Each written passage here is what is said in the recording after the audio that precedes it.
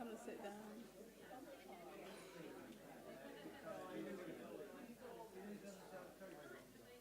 Right, good afternoon.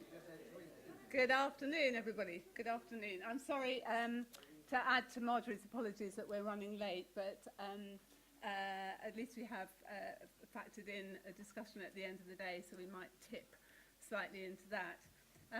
I'm Michaela Crimin. I teach here at the RCA and also co-direct a tiny program of work called Culture+Conflict. And so I'm quite keen that Who Cares is addressed this afternoon. And before I start and before I introduce the speakers for this afternoon, I just would like to say thank you very much to Chloé Flora, who has provided these cartoons. Chloé's French and is here, so thank you to Chloé for bringing a touch of humour to this very serious subject. So in my mind, at the beginning of this afternoon, are three things: an exhibition, a work of art, a single work of art, and a person. I just wanted to bring art, straight into the room at the beginning of the afternoon. I believe AICA members are going to the Whitechapel Art Gallery tomorrow for Emily Jassier's amazing show. And in it there's a work which, to do it justice, obviously you have to see it, but it's a series of images, a performative work that Emily Jassier herself is centred in.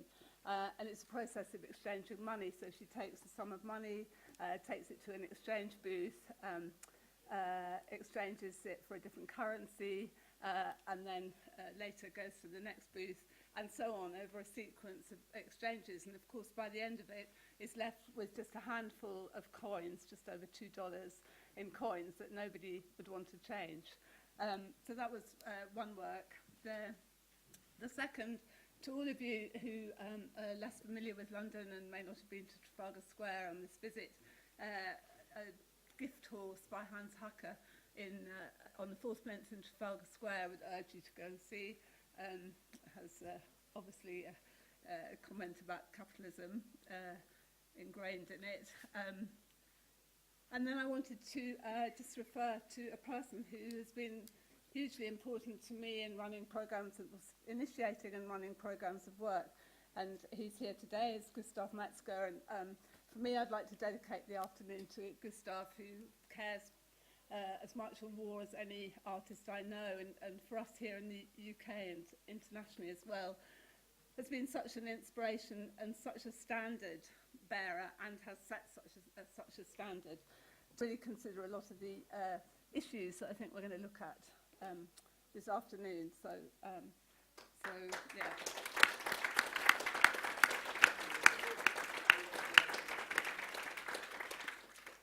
So introduce, first of all, the first two speakers this afternoon. Both have powerful propositions. Actually, both are very powerful.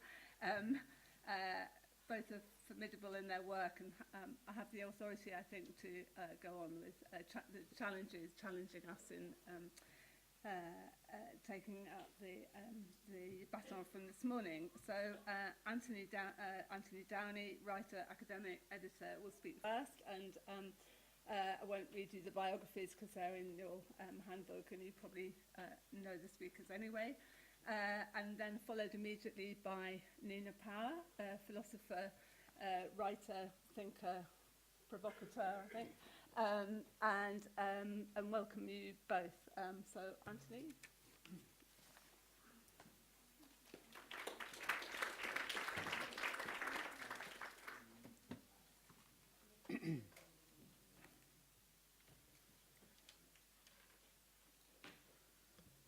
Hi, good afternoon, everybody. Can everybody hear me? Yep. You can hear at the back, Richard? Yes? Folks, I'd like to start by thanking Marjorie and Michaela for inviting me to this conference, and to thank Jill for her logistical support. It's a great pleasure to support the increasingly important institution that is AICA. Equally, I'd like to thank the RCA. I'd like to use my 20 minutes or so to tackle one of the questions that the conference posited at the outset. And just to remind you what that question is, What are the ethical tensions for the contemporary artist and critic when art becomes a global currency at a time of extreme inequality and instability? And I want to tackle that head on, and I want to argue the following. Firstly, there is absolutely no ethical tension whatsoever between the contemporary art world and the contemporary art critic. The reason why there's no tension as such is that they both adhere to a particular framework of ethics that is effectively a weak form of moralism.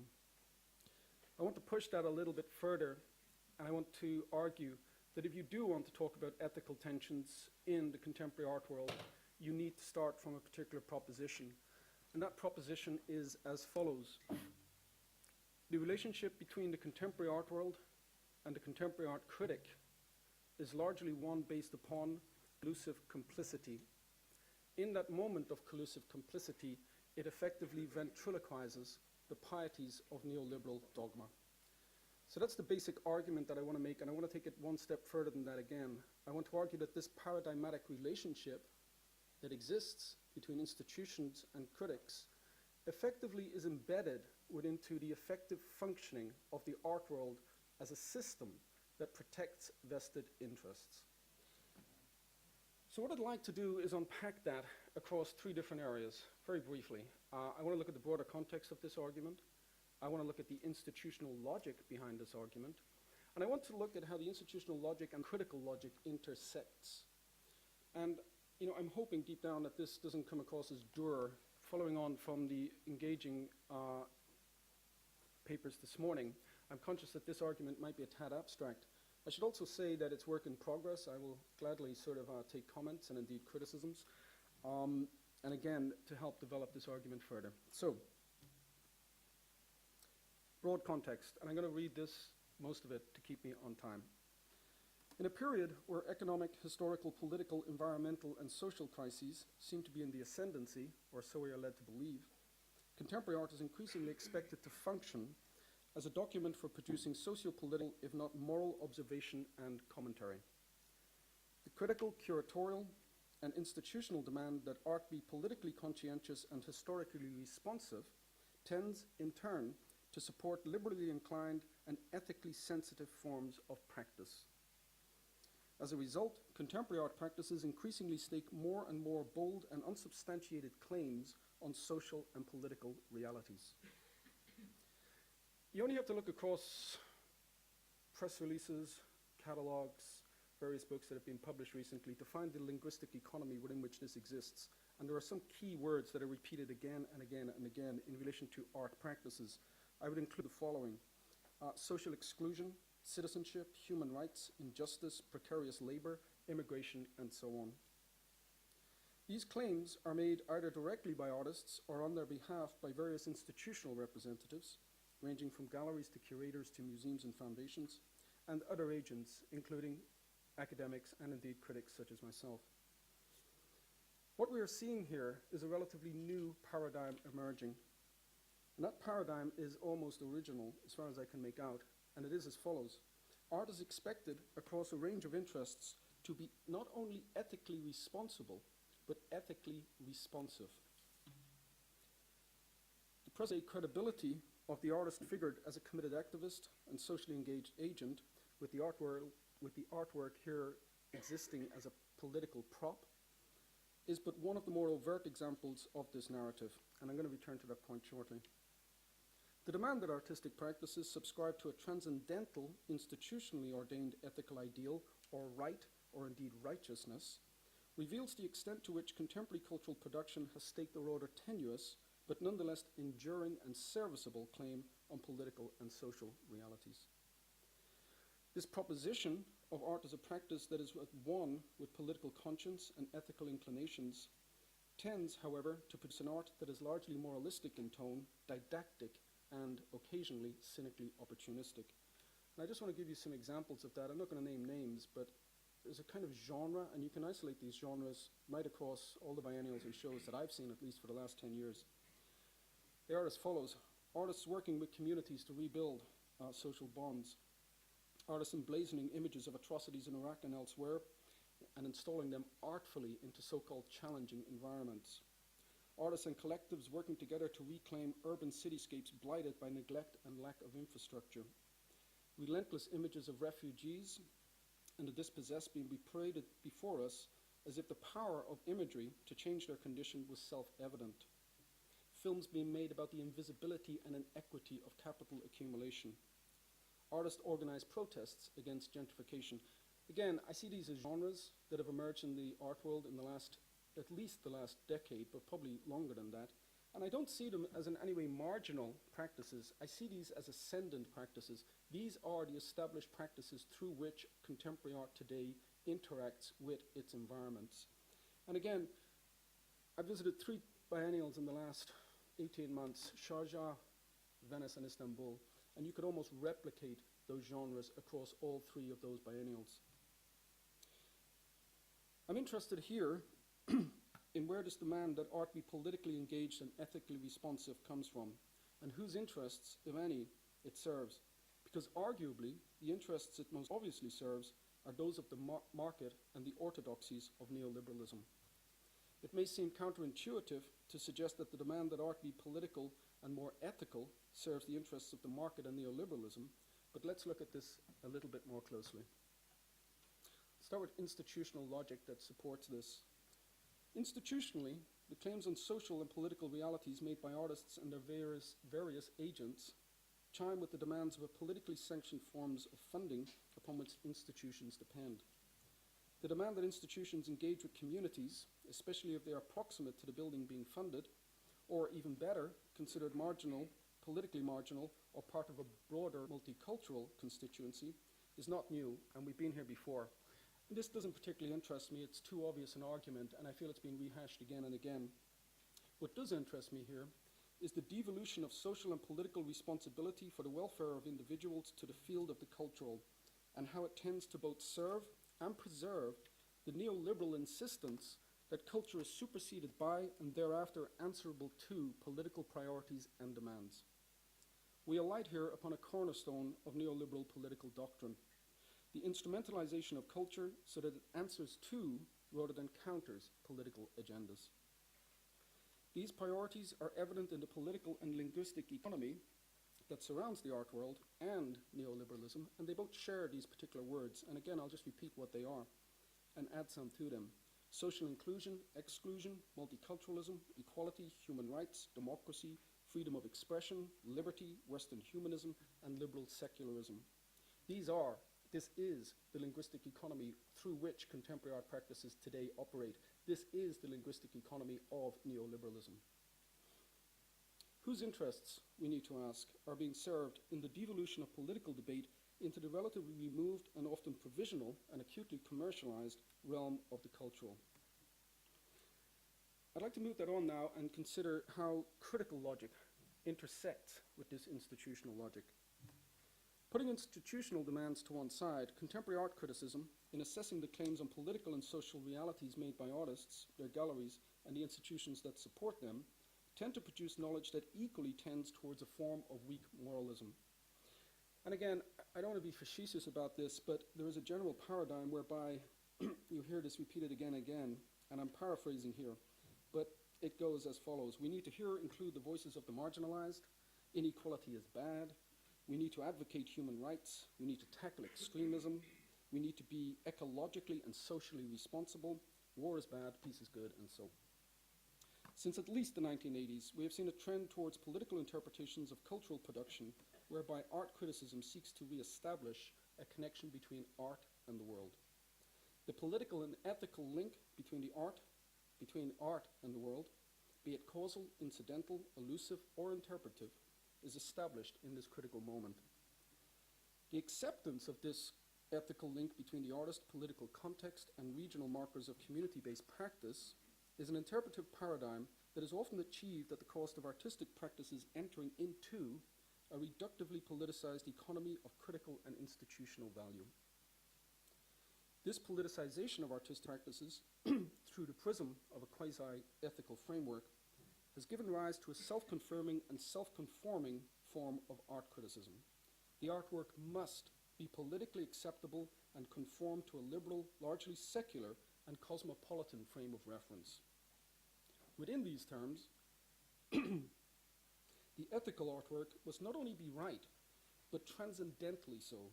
It must, at the very least, reify the consensual claims of a democratic, politically liberal, and secularist worldview.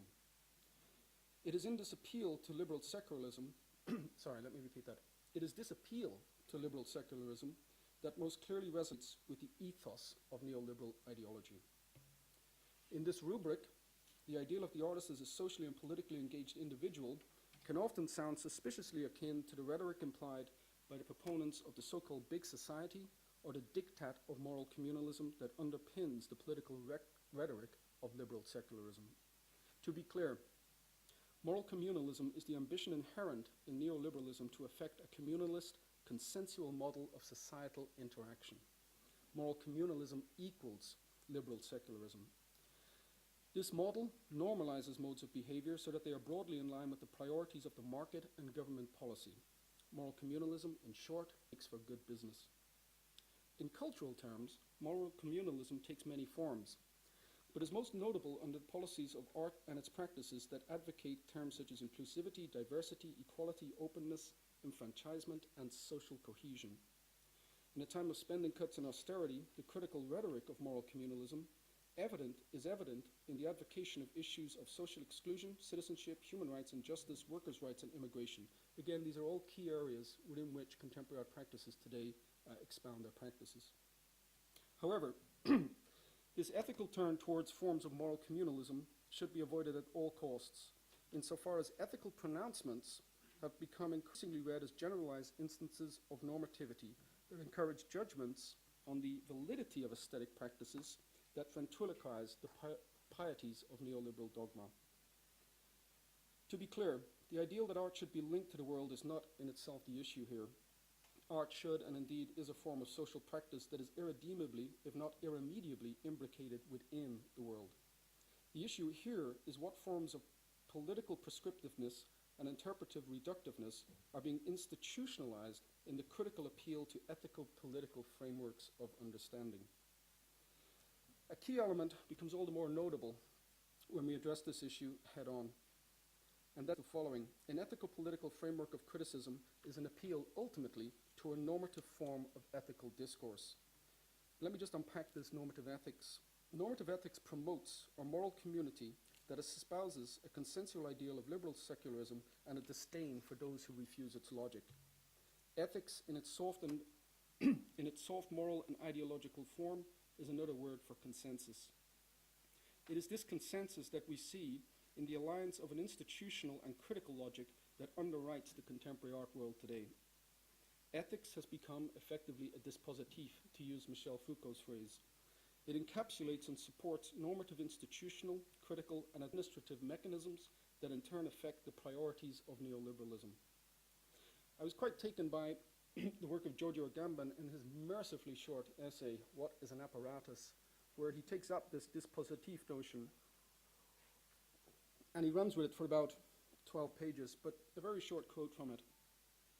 I shall call an apparatus, this is Agamben writing in 2009, I shall call an apparatus literally anything that has in the same way the capacity to capture, orient, determine, intercept, model, control, or secure the gestures, behaviors, opinions, or discourses of living beings. Ethics, as it is currently used in the context of the art world, is an apparatus in service of the market-led, let me rephrase that, it's an apparatus in service of market-led demands, politically inclined forms of devolved state responsibility, and the opportunistic logic of neoliberal modes of capital accumulation. The work of contemporary art, it seems to me, is increasingly about upholding a status quo based upon the ethos of capital accumulation and rampant globalization. The fact of the matter, put simply, is that contemporary art is a key agent, if not one of the primary actors in capital accumulation and globalization. And those who benefit from the work of art are certainly not the subjects we see depicted in increasingly disenfranchised. So, the final question that needs addressing is a relatively straightforward one. Does the work of art today, and criticism, expose political tensions within social relations, or just epitomize and thereafter legitimize them? Miwei want to ask one final question. Can art expand upon a horizon of potential engagement and a transformative politics? And perhaps even more importantly, why do we continue to expect it to do this? What are our motivations in wanting art to be politically transformative, ethical, or indeed politically conscientious? Perhaps a more honest approach would be to just continue supporting churning out colourful trinkets and products for the 1% with the means to purchase so-called blue-chip art, and put all this talk of ethical and political tensions and responsibility to one side. It certainly make it easier for me, to just put this to one side. Maybe, indeed, it's perhaps time for art to really capitalize upon its capital value. Perhaps we should all just get rich and stop pretending to play ethics and politics through art criticism. I know I could do a lot more useful things with my life than mulling over these particular questions, but again, this is what one ends up doing.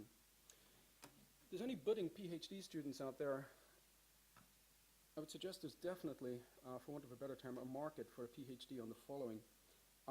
What is the actual financial capital produced by the cultural capital of contemporary art?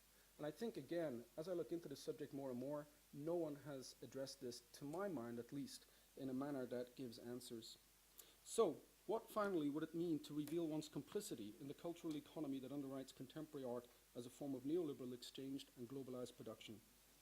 To reveal such complicity would be to answer the question we began with: what are the ethical tensions at work here? If we are going to talk critically about ethical tensions, to rephrase my original point, then we need to start from the following proposition. The relationship between contemporary art and the critic today reveals a form of collective complicity that ventriloquizes the sinuous logic of neoliberal capital. If there really was an ethical tension, then art criticism would have to admit its complicit role in ventriloquizing this logic. And as far as I can see, to date at least, despite some brave efforts by quite a few people who remain in the minority, art criticism does not seem ready to do that yet. So, thank you.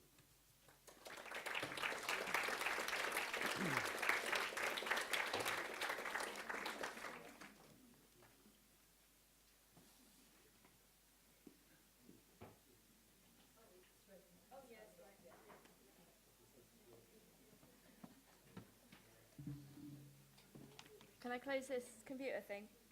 I'm going to do it anyway. All right.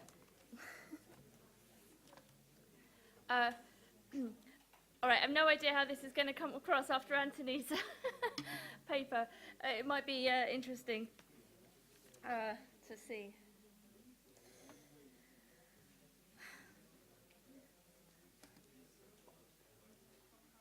Yeah? All right, I'm just going to start. Okay, I'm going to read this paper out. Are there any new ideas that usefully alter the way in which we understand the world? The art world and the other one. Ideas that transform the relationship between what we desire to see and how we act. If the contemporary fashion for accelerationist ideas, and I'm going to assume some of you know what I'm talking about, but just to give you a rough idea. So accelerationists are obsessed with a particular fragment of a fragment on machines from Marx in the Grundrisse. I'll read you part of it. It is the machine which possesses skill and strength in place of the worker, is itself the virtuoso, with a soul of its own in the mechanical laws acting through it. And it consumes coal, oil, just as the worker consumes food, to keep up its perpetual motion. And the kind of accelerationist position is a kind of series of proposals that include things like full automation. So they're thinking about kind of the end of work, forgetting, of course, that a great deal of work can't be automated fully, care work in particular. They're kind of thinking about how to repurpose technology, I think, and I'm constantly arguing with them. What does this have to do with art? I'll tell you in a minute. If the contemporary fashion for accelerationist ideas were to be accepted, most of these ideas and concepts, these new ideas, come from capitalism itself. Its speeds and modalities, its abstractions, its global reach, its technology, platforms, patterns, and temporality.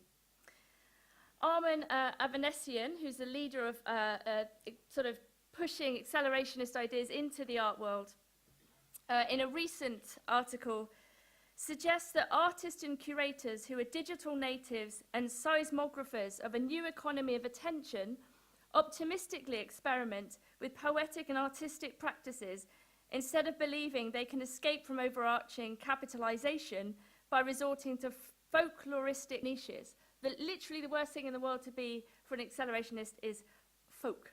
Everything folk is bad. Optimism good, or at least a certain kind of optimism. Escape bad. Experimentation, hurrah. Belief, boo. Let the digital natives slaughter the niche folklorists with lasers. Those who incorrectly imagine they can get away from the new economy of attention are deluding themselves. Or worse, pretending to isolate themselves in cubbyholes of evasion. Anything local, human-sized, any feeling of being ill at ease as the machine dreams through us, or interfaces between the human and the non-human, as they bit, can go jump in the lake. Being critical is just so goddamn 20th century. The avant-garde in this accelerated conception are those object-oriented beings content with understanding themselves less as subjects than as platforms.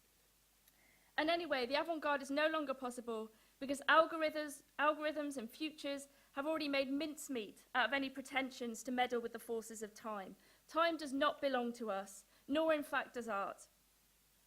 How to make yourself a work of art becomes how to art yourself a make of work. Although this is work less understood as labour than as by accelerationists as ongoing processes of action. They don't really want to talk about labour in an old sense because it means they have to talk about it in a more political sense. With nary a hint of exploitation or alienation to be had. If you are not positive about any and all of this, you are immediately consigned to the desktop icon of the dustbin of history. And it is, of course, so easy to mock this breathless image of the world, where the death of the future becomes a kind of blank acceptance of capitalism's own future. An art that lags behind is a kind of loser art, ill at ease with the kind of abstractions that entail it cannot control its own value and reception. Anything that pretends to a certain kind of criticality then is simply misinformed on this model. There is only advertising and branding, whether it be of the artist, the work, or a fluid combination of both, and of course the market. All of this makes a peculiar kind of sense if you believe that the boundaries of art and the boundaries of the market are basically coterminous and exhaust the borders of what is possible or relevant. Philosophical speculation is just financial speculation. The abstractions of the market are what all abstractions come to be. Why do philosophy or make critical art when you could be on the side of the winning team? I think you just asked that question. Flowing with the dominant forces and having a laugh as you do so. The problem with this position is everything it leaves behind, everything it has to ignore or exclude in the name of the letting go of critique. The capacity to give up on critique, to be in a position of jumping from platform to platform like some effervescent computer game character, is a mark of heavy privilege, or rather it is privilege. To assume that a critical distance is inherently miserable, heavy, old-fashioned, is to fundamentally misunderstand that a critical relation is not chosen and is a mark of engagement, not a stubborn refusal to adapt to globality, abstraction, and economics, as I think the accelerationists believe. It's just a kind of decisional thing for them. Why would you bother? Indeed, what is more global, abstract, and economic than to understand the violence perpetuated in the name of capital and the state, and the combination of the two, which accelerationists seem determined to forget about in the sense that they think there's just this kind of global market and states are kind of no longer relevant, which doesn't really explain police and prisons and courts.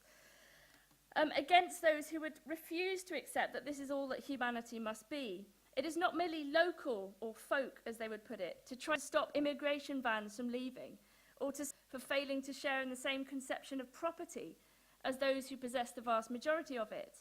It is a political necessity to do these things to the extent and limit that one can. In this way, do you understand, as millions of people do, that abstractions are not in the least bit bloodless? The problem with believing that the future is now is forgetting that the present is also the past. Everything that subtends the capacity to forget is not over, nor has it been assimilated or lost. The profound rifts that constructed the asymmetries of the world and the art world are the world, and no amount of pretending that the present future will look like a combination of a smartphone and a worker robot will change that. Capital is not the smooth, accelerated reach for the stars that those who happen to reside at the end of consumer chains want to believe it to be, nor will it ever be. Art's role in this projected accelerationist project might be, perhaps surprisingly, fundamentally rhetorical and literary in the end. It is less visual art than science fiction that presents conceptual and political escape routes. But what of these fragmentary images of alternatives that art embodies, perhaps cynically, as the previous paper argued? Would we want to reduce these simply to adverts and a sort of a new acceptance? Of course, the argument will go, we need to rescue capital and the technologies of capital from themselves. Anyone uncomfortable with technology will not be in a position to repurpose it. Do you all want us to live in fields or something?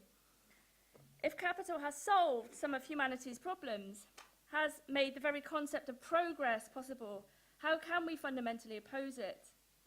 This double bind of participation renders everyone culpable and complicit.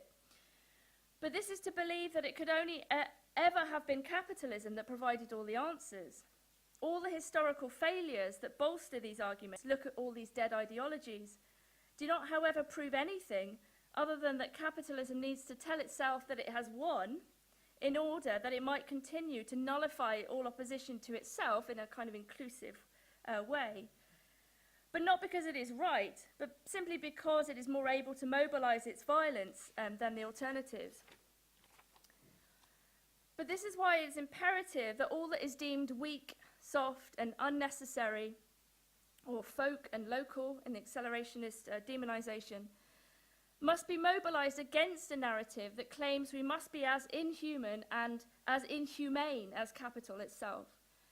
This is the story that goes like this: care, collectivity, solidarity, altruism, love, commonality are fundamentally inessential to the ongoing reproduction of capital, that they are opposed to it and must be swept out of the way such that capital can go about its business without interference.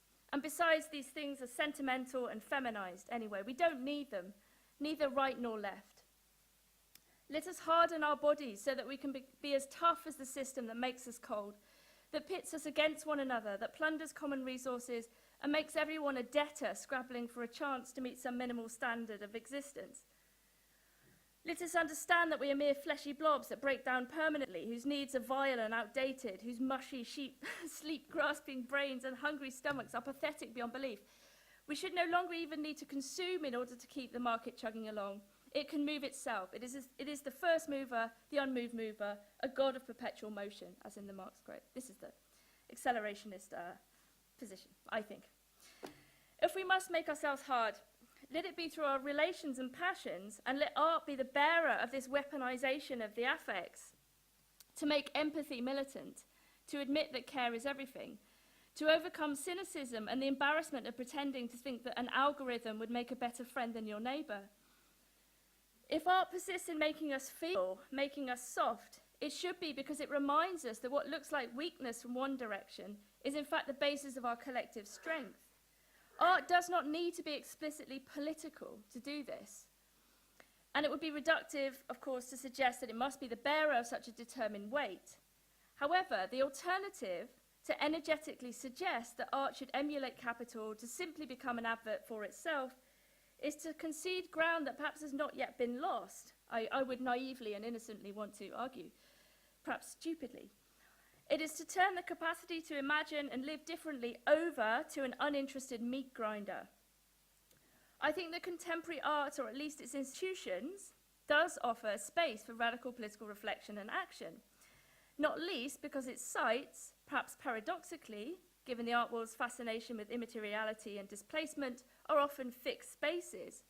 They are also nominally public, which has been discussed already today, and I think I'm obsessed with this question of the public, and I think in a sense, there is no more public. I agree with what JJ was saying before, in the sense that everything that has a kind of public character has kind of been subsumed under an idea of public order. So I often think that there's no more public space, there's only public order. That is to say, surveillance, the state, and so on, which touches on the question of protest in particular, but also the relationship between the private and the public that we've been talking about.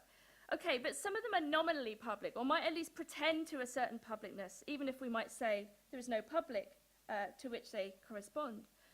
And we might also talk about the multiple invisible barriers that prevent people from visiting, let's say, commercial galleries, even if there's no entrance fee. In many ways, though, contemporary art has become this arena by default, because all of the other places where radical political thought and action could happen have almost disappeared, and this is no accident. Outside the factory gates, in public squares, on the streets, now impossible without state harassment, maybe always impossible, but increasingly so, I think. The future for protest, artistic or otherwise, has to happen then within the privatized world or the ambiguously owned world. Shopping malls, airports and transport hubs, as in the recent Black Lives Matter actions, for example, many of which took place in shopping malls and elsewhere, and literally shutting down the kind of reproduction and perpetuation of the everyday, because it's precisely the everyday that is the problem, and you have to stop the running of the everyday. And where can you do this if there's no more kind of public space? There's only public order. You have to intervene then into private spaces or ambiguous spaces. This is contemporary art, I think, in a strange situation, both responsible and strangely weightless. There is often a sense in which anything can be discussed or presented in a kind of art context. Like I'm saying, there's no other really spaces where these things can happen in the same way. It's the art that dominates kind of like the event model I think JJ was referring to. So it's art institutions that organize conferences on political topics or philosophical topics. And they're the only places that still have residual amounts of money as well, or more money than other things. So there's often this sense in which anything can be discussed or presented, and in any form, because art, in inverted commas, provides a kind of cover story, politics at one remove. There is a certain freedom in that, certainly, but also a certain discomfort. What does any of it matter then? Often at art talks, there is a feeling that something should follow and a certain frustration that all we are doing is talking. Often conversations end up beached on the same ideas. Okay, so we're all fucked. What next? What can artists do about it? However, I'm perversely optimistic, or maybe bloody-minded, in multiple ways. I think the blurring of the boundary between art and action has well and truly been breached, and that artists are often happy to personify this blurriness in their work and their activity. Okay, and this could go one of two ways, of course. I don't think it's all complicity all the way down. This is what I want to suggest. There are those groups, such as Arts Against Cuts and Precarious Workers Brigade, who make their politics their work, and vice versa. And in a sense, what this often means is them not participating, is not accepting commissions, is not accepting money from particular institutions.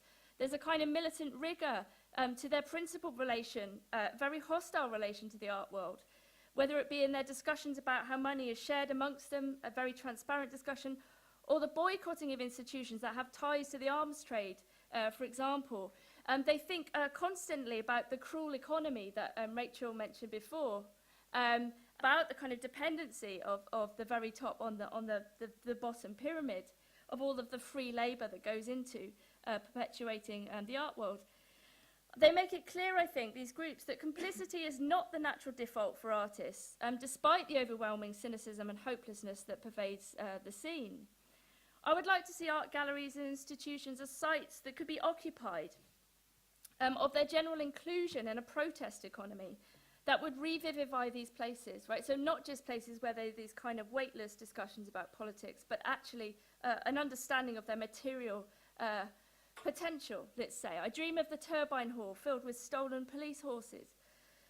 It would be incredible to understand and materially map the way in which art galleries could serve as sites of revolutionary organising.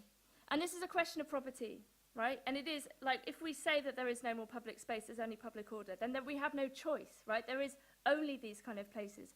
There are surely enough art galleries, private, public, and so on, at this point. And I think it's this kind of question of like mapping the possibilities for these sites that maybe cuts against a certain notion of property, assets as property, but also about the demand for art to be political, and just to like materially think, well, what resources do we have? Like, there are these spaces, there are these institutions. What can we do with them? All right, that's it.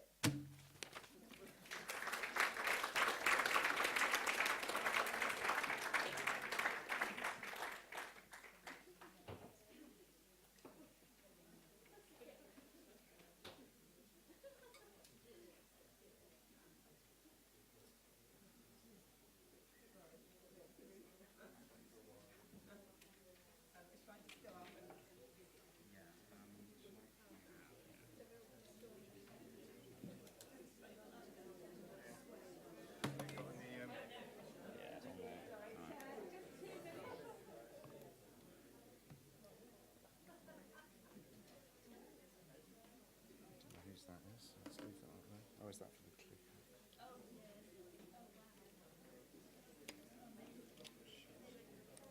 What is it?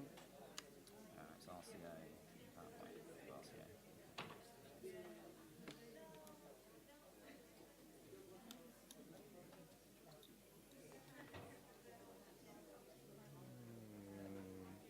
Can I get some water? Is that? Yeah.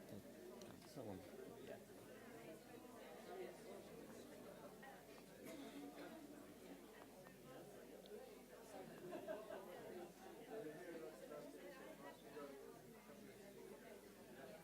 Go on. That's always on that side. Let's just open that up.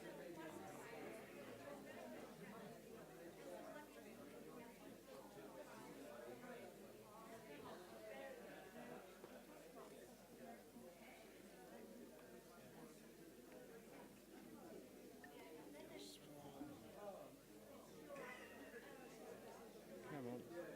Let's try to see. All right. Okay. Great, thank you.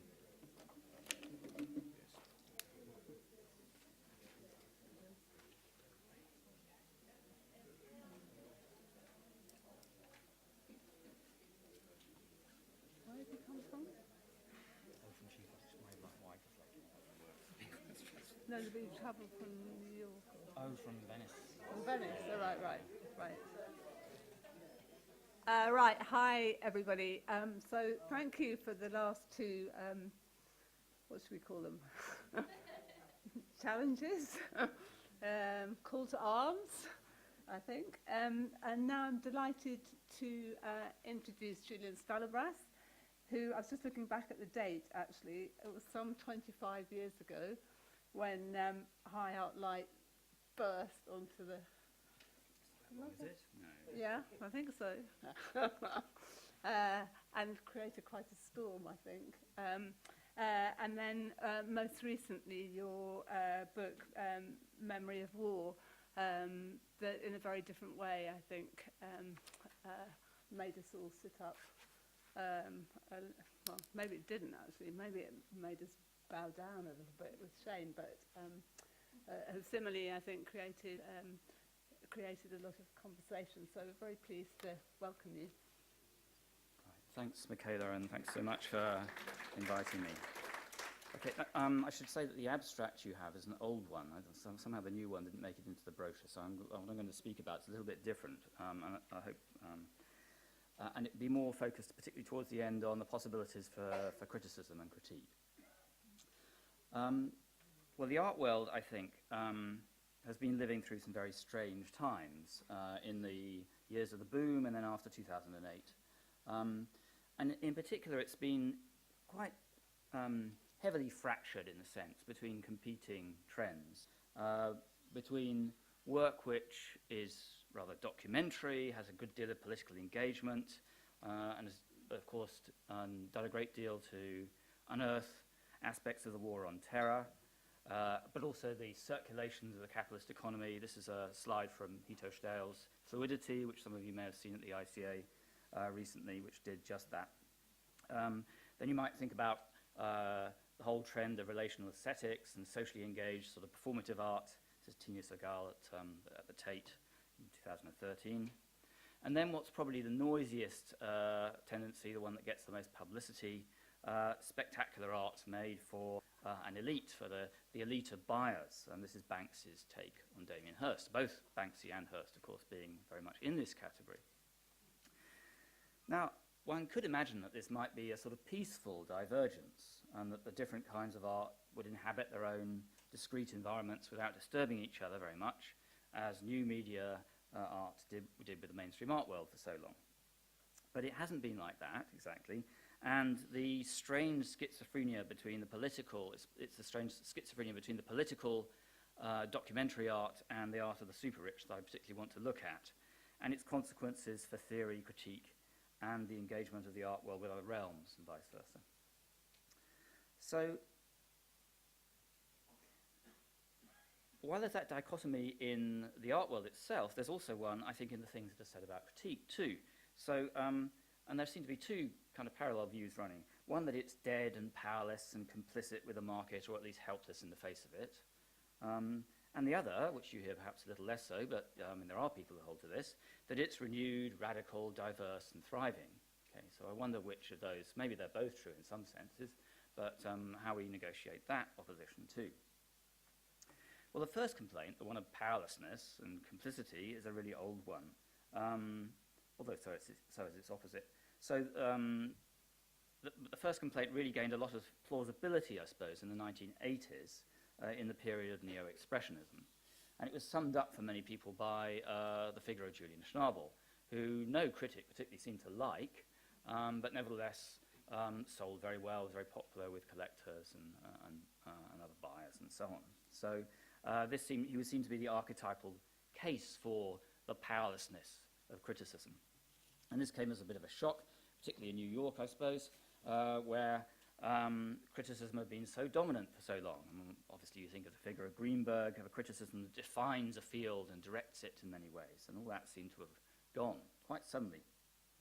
And it went in a welter of money and vulgarity, as Greenberg's famous phrase about the umbilical cord of gold that ties art to the rich becomes something else entirely, maybe a kind of solid gold baby or something of that sort.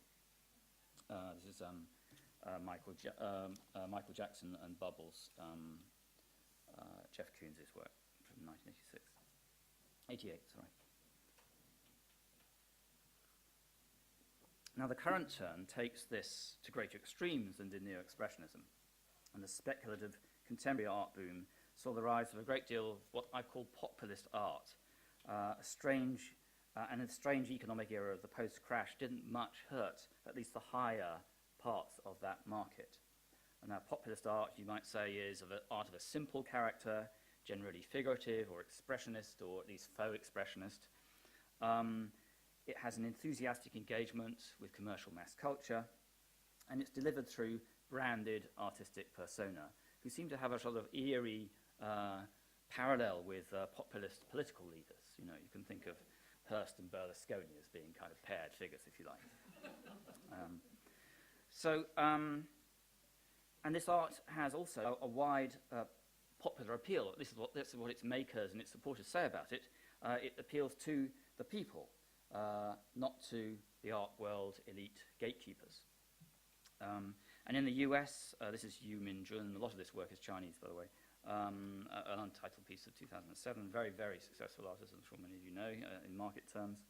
In the US, most of the best-selling artists make very accessible work, and some, in a sort of backwash from the current popularity of street art, are associated with its first flush of success, like Basquiat, and here George Condo, who's a branded painter of celebrities, who's collaborated with Kanye West and lots of others.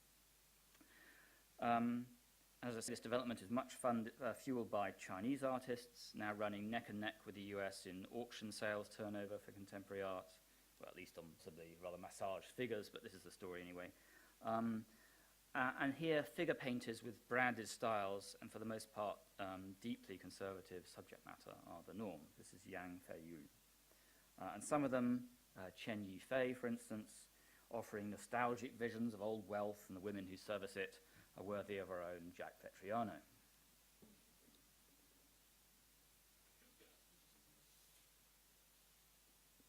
And this growth and popularity of this art are no illusion. Think of Hirst's Tate Show, 2012, the most successful monographic show ever shown there. So it does, it is really popular, we can't deny that. Now, I think there are three big moves behind this. There's first a sort of cosmopolitanism and sundering of national traditions and art historical knowledge. And there's some indication of this in the comparative cheapness of a lot of art, which is, prior to modernism. It's a changing profile of collecting itself, as many new buyers were swept into the apparently profitable investment opportunity held out by contemporary art. Many of these people knew little about art history and bought on the power of famous names, readily identifiable national trends, which of course are marketing devices, and fashionable national schools. So, I mean, there's loads of work one could show here, but this is Alexander Kosolarpov, hero, leader, god, a kind of performance of, various aspects of Russian and Soviet identity in a kind of pop art frame. Now, also, it shows that the art world, which has outgrown its once small and enclosed Euro-American domain, is less insulated than it was from the wider culture, having become a kind of global social club for the mega-rich. Andrea Fraser's 0.01%, as she nicely puts it. And among those, of course, are numbered the entrepreneurs of the great global media conglomerates. And their attachment is more to transnational and cosmopolitan culture than to longer national traditions. So there's all of that, the new buyers and their cosmopolitanism. This is the official opening of the Azerbaijani pavilion of the last Venice. Second, the new rich tend to want quick, easy, showy, branded art. Okay? And there are various reasons behind that, which we'll go into. And third, that asset prices in the long recession, are performing in really extraordinary ways. And art is very much a part of this. So I think we shouldn't see the art world as being isolated from the broader economy in any sense. Investment in art no longer seems to necessarily carry a price as it used to do. The very fact that you were displaying art on the walls showed that in some ways, you were happy to make less money than you would do from stocks and shares. So it was a kind of mark of distinction in that way. That's changed. So very expensive art is of a piece with these inflated asset prices, given that none of the rest of the economy seems to be working very well. Expensive houses or fine wines or diamonds and so on. Now, in a book I wrote a while back, Art Incorporated, I looked at the growing threats to art's autonomy, to the protected realm that makes it different from the general run of commercial culture. And I saw them mostly in state and business interference. And what I didn't see so much was the power of the billionaire, collector, dealer, private museum owner to start to really sway the way in which the whole art world moves. This is a slide from Porta della Dogana in a private museum in Venice. But their power is now obvious and overweening. And this, now in the past, it's curious because, the dominance of elite money in that sense could be a way of defending art's autonomy. These people could, especially given the way that their lives are very much separated from the rest of us, choose to collect art which no one else particularly liked, all right, which was quite insulated from commercial forces. But they don't, and that is quite strange. It's a fascinating development, and it's much to do, I think, with social media, the move of the elite in business, in other words, from determining to merely framing popular taste. Now, this arts, it may be argued, does little to foster critical discourse, quite the opposite. And that's partly a function of the kind of people it attracts. Let me go back to these perhaps for a minute. Charles Saatchi, of all people, recently mounted an assault on dealers and collectors as vulgar and self-regarding. And influential US critic David Hickey noisily announced his retirement from writing criticism in disgust. Art is now too popular. He says, "I miss being an elitist and not having to talk to idiots." Art is made for a bunch of extremely rich folk, he says, for whom the critics act as courtier or intellectual head waiter. Or Ivor Bracker, a London dealer since 1978. The art market has become an excuse for banking in public. People are displaying wealth in the most ostentatious way possible. It's luxury goods shopping gone wild. So plainly, we're far, far away from the old foundations of artistic social distinction. Let's have that. So Pierre Bourdieu, for instance, on avant-garde art. The world of art, a sacred island, systematically and ostentatiously opposed to the profane world of production, a sanctuary for gratuitous, disinterested activity in a world given over to money and self-interest. Well, so we can see that that world has largely passed away. Beyond that, as Chris Durkon recently claimed in the talk about soft power, the very expense of the art at the heights of the market flattens the range of available things that we can say about it. It can't be criticized because it's too valuable, in other words. Because this asset price is merely a bet. It's a belief system. It's a faith, in a sense. So you better be very careful what you say about it. At worst, then, critics become reduced to agents of PR for the art, for their newspapers, and for themselves. Is it invidious to pick out a figure here? I think I will. One I might think of Jonathan Jones's writing at The Guardian, a figure who transparently only writes as sort of provocations as sort of clickbait, basically, to get publicity. So I mean, I don't really think that he believes that photography is not art, but he knows that it will get people running around on Facebook and so on, Twitter. Okay. So to briefly touch on the other side of this, the world of the biennial, of the documentary, and so on. So this is current Venice, and many of you will have been. Ibrahim Mahama's Out of Bounds. So this world is an art which often engages with politics. It's an art self-consciously of crisis. It's often pedagogic. It has radical content. It's often Brechtian in mode. You can define it in a series of negative oppositions. It's anti-nationalist, it's anti-religious, generally, it's anti-neoliberal, it's anti-sexist, it's anti-racist, of course. And the old complaint was that perhaps it could only be defined in terms of these negatives, but that seems a bit less true now, and we'll come to that. Its form is, well, it takes many forms, but there is a preponderance of documentary work, video and photography, political collage and installation, and performance, and much of it is not very marketable. And there's also been some explicit political engagement, particularly with Occupy, for instance, at the Berlin Biennial, which feeds into the last talk, and with the new social movements generally. So what kind of criticism does this world foster? Well, I would argue that this has been richer than for many a long time, for many a year. There are first the artist theorists, some of them veterans, plunged into new relevance and popularity after decades in the neoliberal desert, a bit like Jeremy Corbyn, in a way. There's a late Alan Sekula, of course. This is a work that he did at a documentary in 2005. Martha Rossler, Victor Bergin, or a younger generation, Coco Fusco, Brimberg and Chanarin, Hito Stale, I could go on, and many others. And in many cases, their critical writing is some of the sharpest and most perceptive around. Then there are philosophers who are called on to engage with the art world. Leclau and Mouffe, for instance, Badiou, Rancière, Zizek, the critical realists, and so on, in a slightly different mode. And one could go on. There's a lot of this engagement. And a new generation, too, of critic theorists who have a considerable intellectual hinterland and not the slaves of the now rather reduced and spectral newspapers. Claire Bishop, Isabel Gror, Ariella Azoulay, Earl Weisman, Mackenzie Walk, and so on.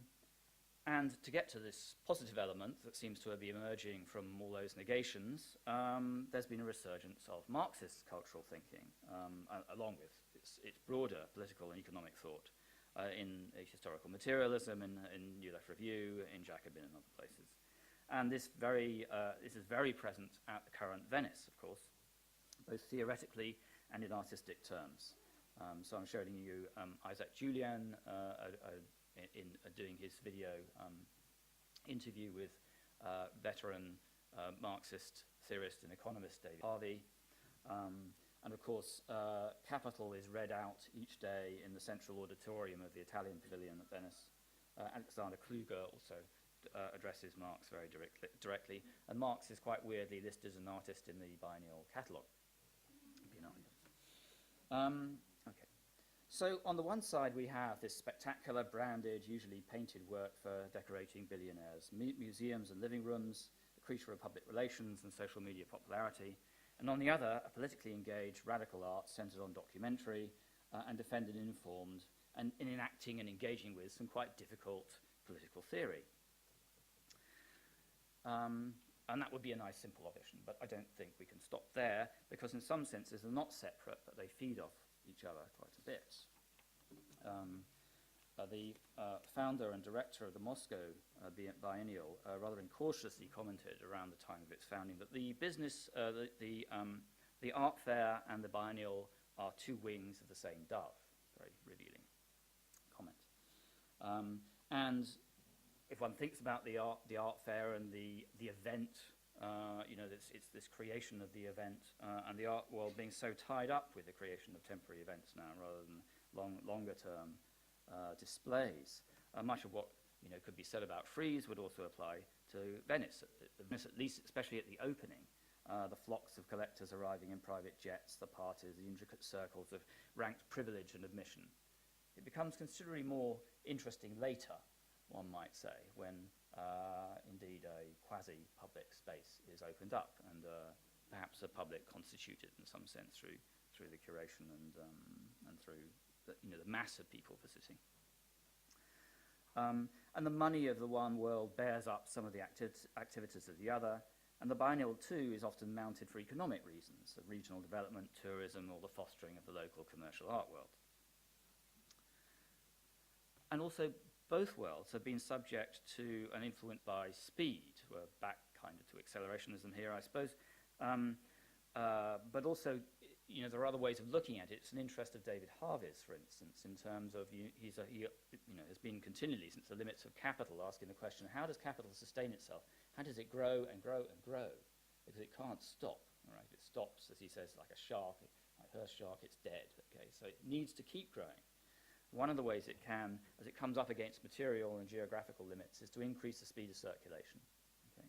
So the idea that culture is speeding up is no accident for Marxist thinking of this sort. It's absolutely integral to the system.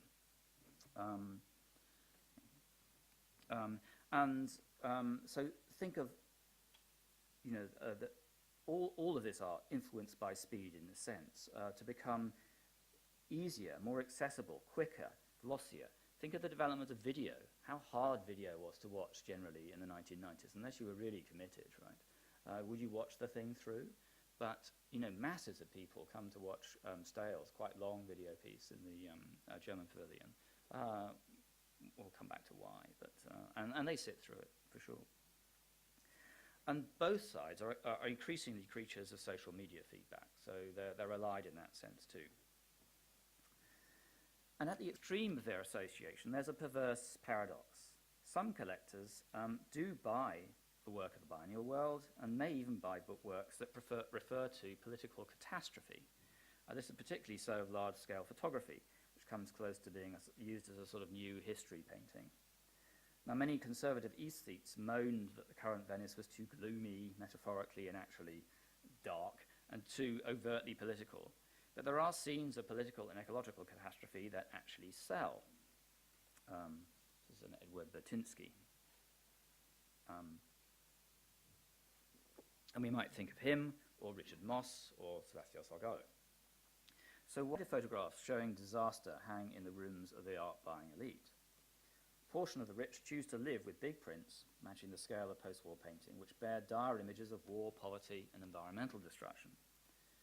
They're usually technically accomplished, carefully composed, and finely printed, and that scenes of disaster, nonetheless, writ large or small. A single person's grief or the destruction of a city finds its home in beauty and in beautiful homes.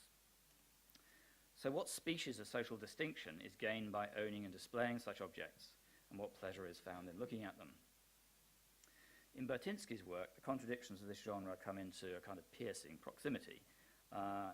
So he did a long project about oil over a decade in the making, in which that engine of industry and consumerism is represented in large, striking images which indicate the sheer vastness and filth of the enterprise from extraction to exhaust pipe.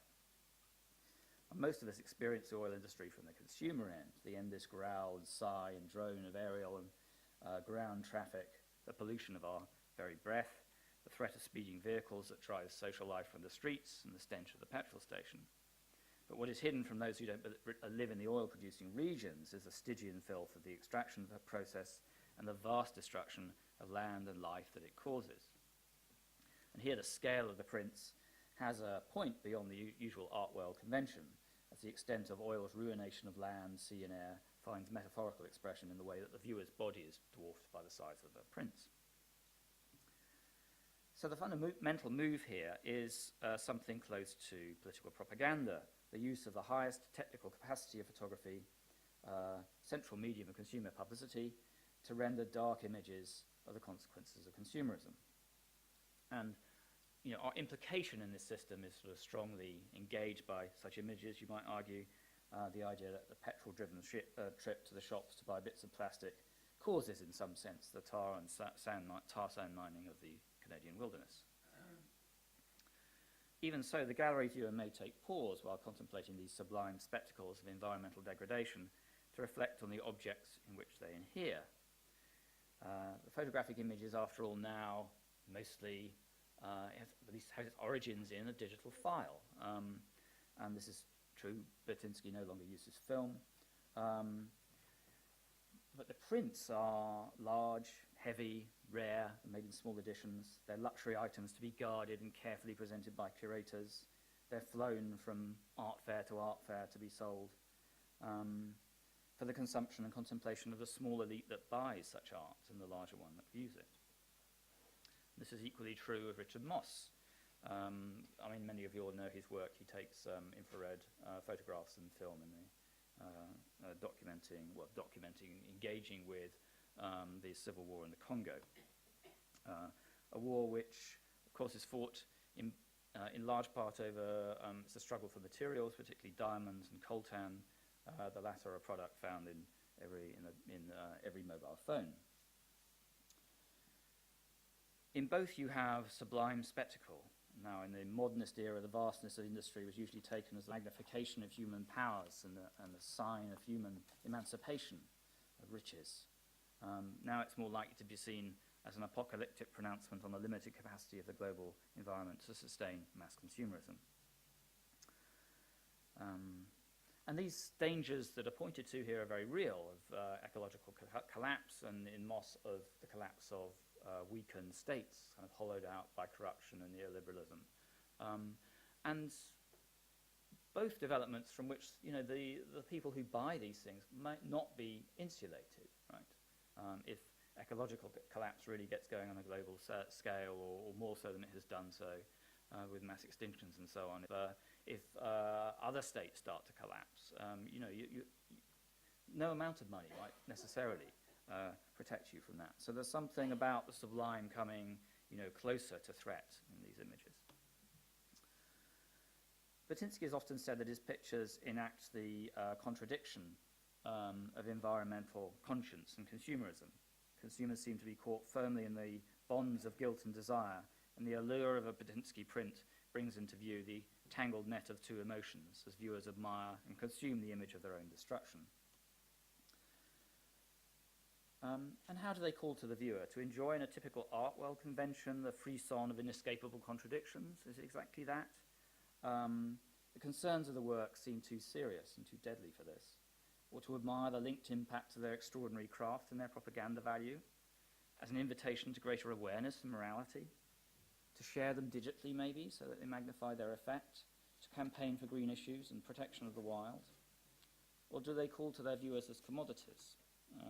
Technical accomplishment and compositional order may induce the collector to make a purchase. And there might be many motives for buying. The work perhaps could be widely shown, shared, or even given away to a public institution. But if the intention is to keep the print as a private treasure, or to take it as pure investment, to do that on our present surface acts of strange perversity. It does seem to happen. And again, such images are not just popular with collectors, but have a mass audience. This is Sebastião Salgado. These are an image of people capping oil wells after the Gulf War when they were fired by the retreating Iraqi forces. Sometimes they bring out an interpretive position that you could more often associate with populist art, a sort of Latourian post-critical view. So I was on a panel recently after a showing of Vin Bender's film on Salgado's Salt of the Earth, and people were offering quite mild, I thought, but nuanced critiques of Salgado's practice. And there was a certain point at which the audience seemed to turn around and say, well, you know, he does his own thing. He's passionately committed to it. It's very mean to criticise him, something of that sort. And you do, you know, that is sort of the Latourian position, more or less, and you do hear it in more popular form. So I wonder, in this strange compact, is there a place for critique? Is there a critical equivalent to the crossover between populist and biennial art? The first thing to say is that contemporary art has become much more like a regular business than it used to be. It's an industry, in a sense. Steve Edwards has often made this point. And we can point to its tenfold growth of the contemporary art market in 10 years, its massive new collectors, and so on. So, and that the business, as I say, is one based on faith, like the value of money or shares, and it needs propaganda to support it. So the market and criticism are not so much opposed as completely complementary in that way.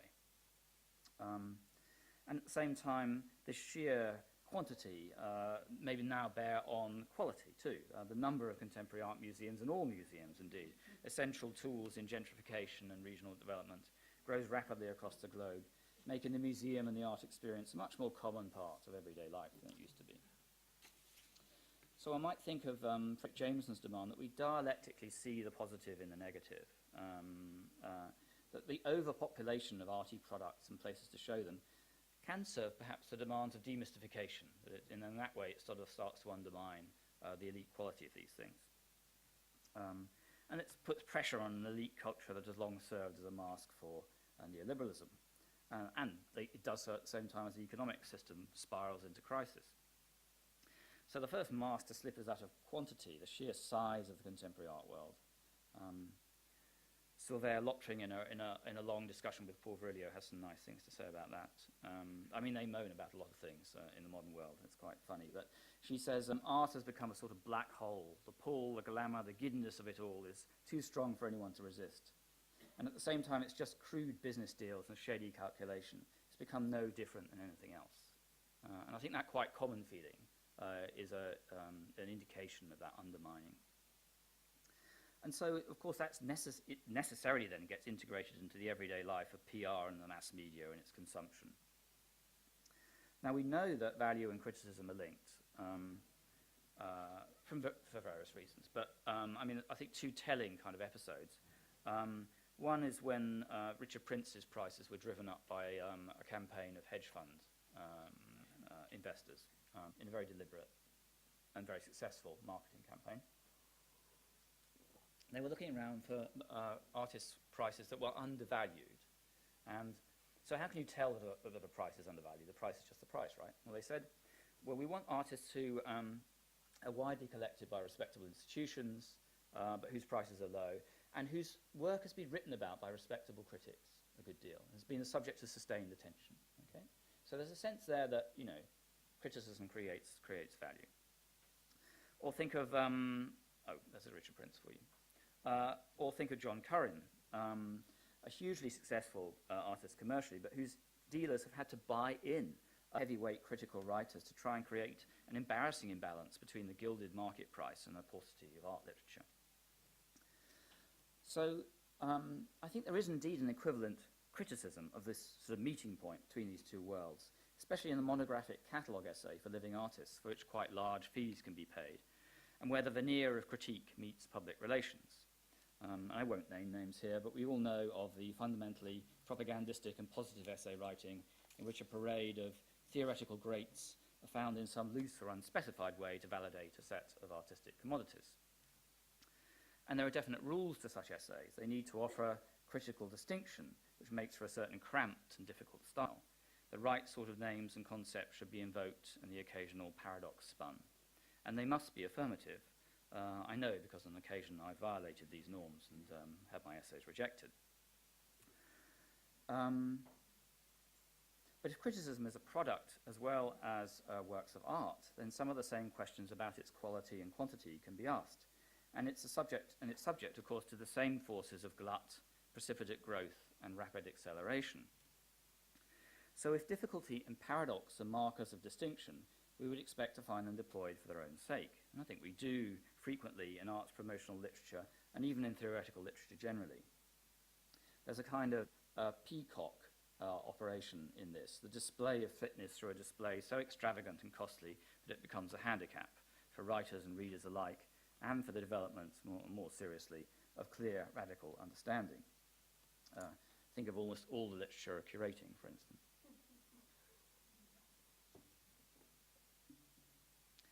But this operation is in tension with the demands of industry and its need for ever greater speed and extent of production. Think of the jobbing academic who knocks out a dozen theoretical catalogue essays a year at £2 each. So there's a sort of thinning and spreading of art itself as it becomes ever faster and producing ever more quantities. But this is also true, arguably, of criticism. So the old image of the intellectual, I suppose this is the equivalent of the poet in the Garrett picture. So the old image of the intellectual, a slow and sustained thought over decades, is surely under pressure. Thinking of Adorno here, I suppose, who says that, that speedy thought is thought done with a pencil in hand. So I don't know what slow thought for Adorno is exactly like, but I'm not sure I've ever engaged in it. Contrast Martha Rosler and her recent tortured Facebook post here. I should be writing, I want to be writing, I mean to be writing, therefore I'm here on Facebook. Yeah, kill me now. Now, but I think there might be something interesting going on here, which is not merely negative. And again, let's think of Jameson and the positive and the negative dialectic of the bad old days, etc. Rosler's artistic work has always been, or almost always been, fast and cheap. And this was part of its principle, a feminist and leftist and pedagogic abjural of traditional quality. Her writing in the past has been sustained and careful, but now she's always on Facebook. And who's to say that her insistent posting really interesting stuff, quick, short, regular, and interactive, engaging thousands of followers, doesn't have a greater effect than her books of essays. There's an erosion of, especially in social media, between those who make and those who merely consume. An integral understanding of complex cultural matters starts to emerge through practice. You can see this really clearly in the understanding of how photography can be manipulated and turned to various purposes. I mean, it used to be to teach students about that, you had to turn to brow-creasing postmodern theory, which was telling you all sorts of, apparently unusual and not common sense things about the way in which photography operated and how it represented things. People seem to hardly need that education anymore. They just understand that. And I think being informally taught by the way Instagram and Photoshop operates. Now, it used to be a common complaint on the left, everything is commodified, even our dissent. But I think now, somewhat more often heard, is the point that it works both ways. Commodification alters and arguably pollutes dissent, but dissent also alters and pollutes commodification, using its power to spread slogans, jokes, campaigns, and actions that corporations and states would rather not be heard. I think Stael, this is a still from her Factory of the Sun, showing at Venice at the moment. Stael sees this clearly in her artworks with their take on the corporate propaganda video, their entertaining, funny, glossy, high production value Brechtianism. I mean, that's a really kind of clear version of that, I think.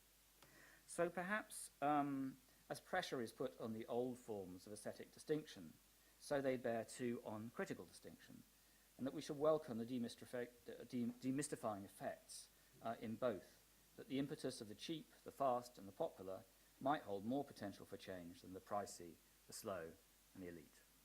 Thank you.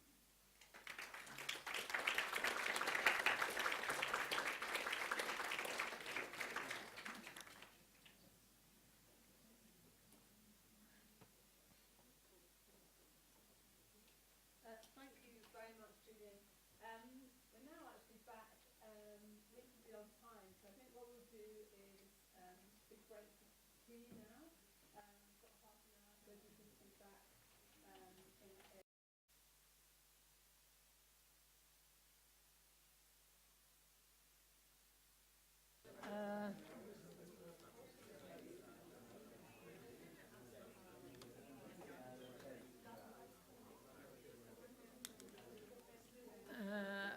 Okay, everyone, we're going to begin our final session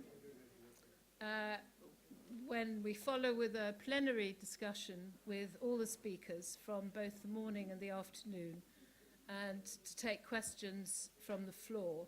I want to make sure we have a good 30 minutes for that last discussion so that you all have the chance to contribute.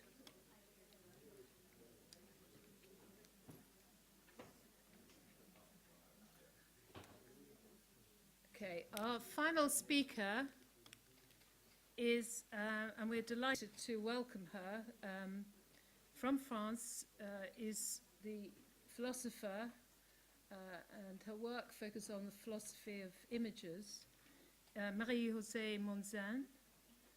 She is Director Emerita of the research at the Centre National de la Recherche Scientifique, and well, she has many publications, and we have summarized some in your biography in your booklets. And I'm delighted to welcome Marie-Josée Monzin. Thank you.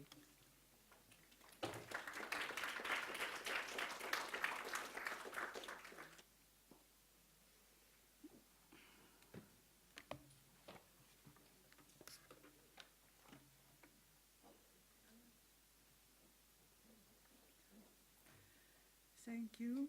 Thank you for, I'm very pleased to be here. Thank you to AICA and to Raphael Cuir for inviting me. And thank you to Chloe because she gave me the title of my lecture. I mean, the price of the hammer. So I shall speak as a citizen and hope as a philosopher, but above all as a citizen. Of course, who cares? I care. We care. I shall try to suggest two hypotheses. One concerns the close link between destruction and culture in our neoliberal structure, and between destruction of culture, of creation, and the extension of the art market. The other idea is the mimetic device, or let us say the specular operation of terrorists' gestures in the mirror of this neoliberal structure. Two enemies use the same apparatus. Two enemies use the same language. Investigations into the state of art production and the condition of artists confronted with the art market has for a number of years become commonplace, topos, in the writings and conferences of artists, art critics, historians, political analysts, and philosophers of all kinds. We are accustomed to reading or hearing the enthusiastic chronicles that celebrate media victory and the financial excesses that accompany not only the inflation of the market for modern artworks, but also and especially the most recent contemporary artworks, whether controversial or not. This rhetorical and market race is inversely accompanied by a catastrophic deploration moaning under the neoliberal power of the market, its indifference to the intrinsic value of art and the supposed mediocrity of the works that are not most valued by cultural institutions and commercial circulation. These two apparently contradictory sides of the artistic and cultural landscape, for me, are in fact politically inseparable.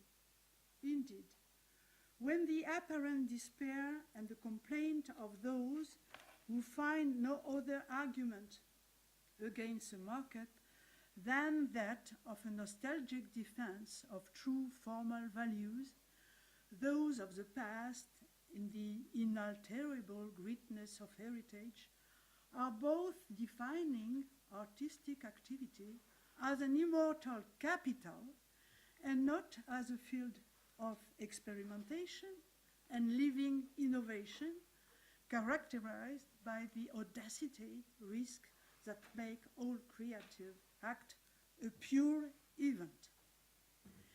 In other words, these are two conceptions of capital. One oriented on short and medium-term investments, the other on long-term investments. One neoliberal, indexed on the mercantile speculation and circulation of products, and the other more conservative, founded on the perennity of criteria and the protection of heritage. To use Spinoza's term, the conservatives, like academics, we know some, confuse immortality and eternity. This confusion is irrevocable between two regimes of temporality. I would say, in reference to Bourdieu, that it is a question between the two enemies of an implicit alliance between avid orphans and frightened and jealous heirs who share in their apparent dissension the cult of property and especially the same indifference to liberty and even contempt of this liberty. The same lexicon unites them, that of value and evaluation. This situation being greeted with the enjoyment of profit or by the complaint of those who see only here the signs of collapse, it is our responsibility to remind ourselves now a few things. The first is a statement, that of the inexhaustible energy of artists, plasticians, musicians, poets, who today, against all opposition, continue to produce events of all types in a combination ceaselessly renewed by gestures that are not concerned with their storage and their perennity. Never have we witnessed such a germination of experimentation and researches which demonstrate not only that artists continue to create, but that their acts are no longer faithfully attached to the production of stable, stockable objects that can be evaluated. The non-quantifiable value of gestures now prevails over that of objects as such, and the quality of the relationship with the public resists the sole regime of consumption, even in a so-called cultural consumption. To define art, whether classical, modern, or contemporary, requires that we never forget that creative gestures are not here to produce objects, but to produce the liberty of the gaze. The power of creation is measured by an extension of sensibility, displacement of thought of those to whom all those works are addressed. Here and then a work can be said worthy of the title of artwork. That which assembled under the term creation is inseparable from the perilous and jubilatory trial of birth, that of appearance, emergence of unseen forms, of devices or apparatus endowed with an inaugural energy. This energy, addressed to a public, emitted by new forms, has two fundamental characteristics. On the one hand, the pure event that must necessarily be a creative act, as its name suggests, that can be measured only by the historical conditions of its appearance, through the here and now, hic et nunc, of the social space, historical time of its advent. As such, the artwork has conditions and is lapsed and mortal. But On the other hand, as a pure event, the same artwork can be perpetuated outside of its original context in an indeterminate temporality, in an imaginary time, in a trans-historical space that enables us to enjoy the works of Angelico, Goya, Cézanne, Picasso, and many others, and to gather forever the indication of an horizon, the sign of a promise, as if presence was endowed with a regime of truth that continues to touch us and to be transmitted along the thread of centuries. This singular state enables to advance the following proposition. Art is held not by the sole liberty of productive acts and the novelty of gestures and form produced, but can be recognized through the universal gift offered to all spectators without exception and unconditionally. This gift constitutes the political force of artistic creation in its emancipatory power for the community. That is like saying that the value of a creation should always be revolutionary because here is the source of all energies of transformation. As Hannah Arendt wrote in Between Past and Future, quote, "These small non-space-time, unlike the world and culture into which we are born, can only be indicated, but cannot be inherited and handed down from the past. Each generation, indeed, every human being, as he inserts himself between an infinite past and an infinite future, must discover and ploddingly pave it anew." End quote. This small non-space-time is what I name the zone. It escapes from all control and opens the boundless zone of freedom. In French, I could say, l'art est zone art.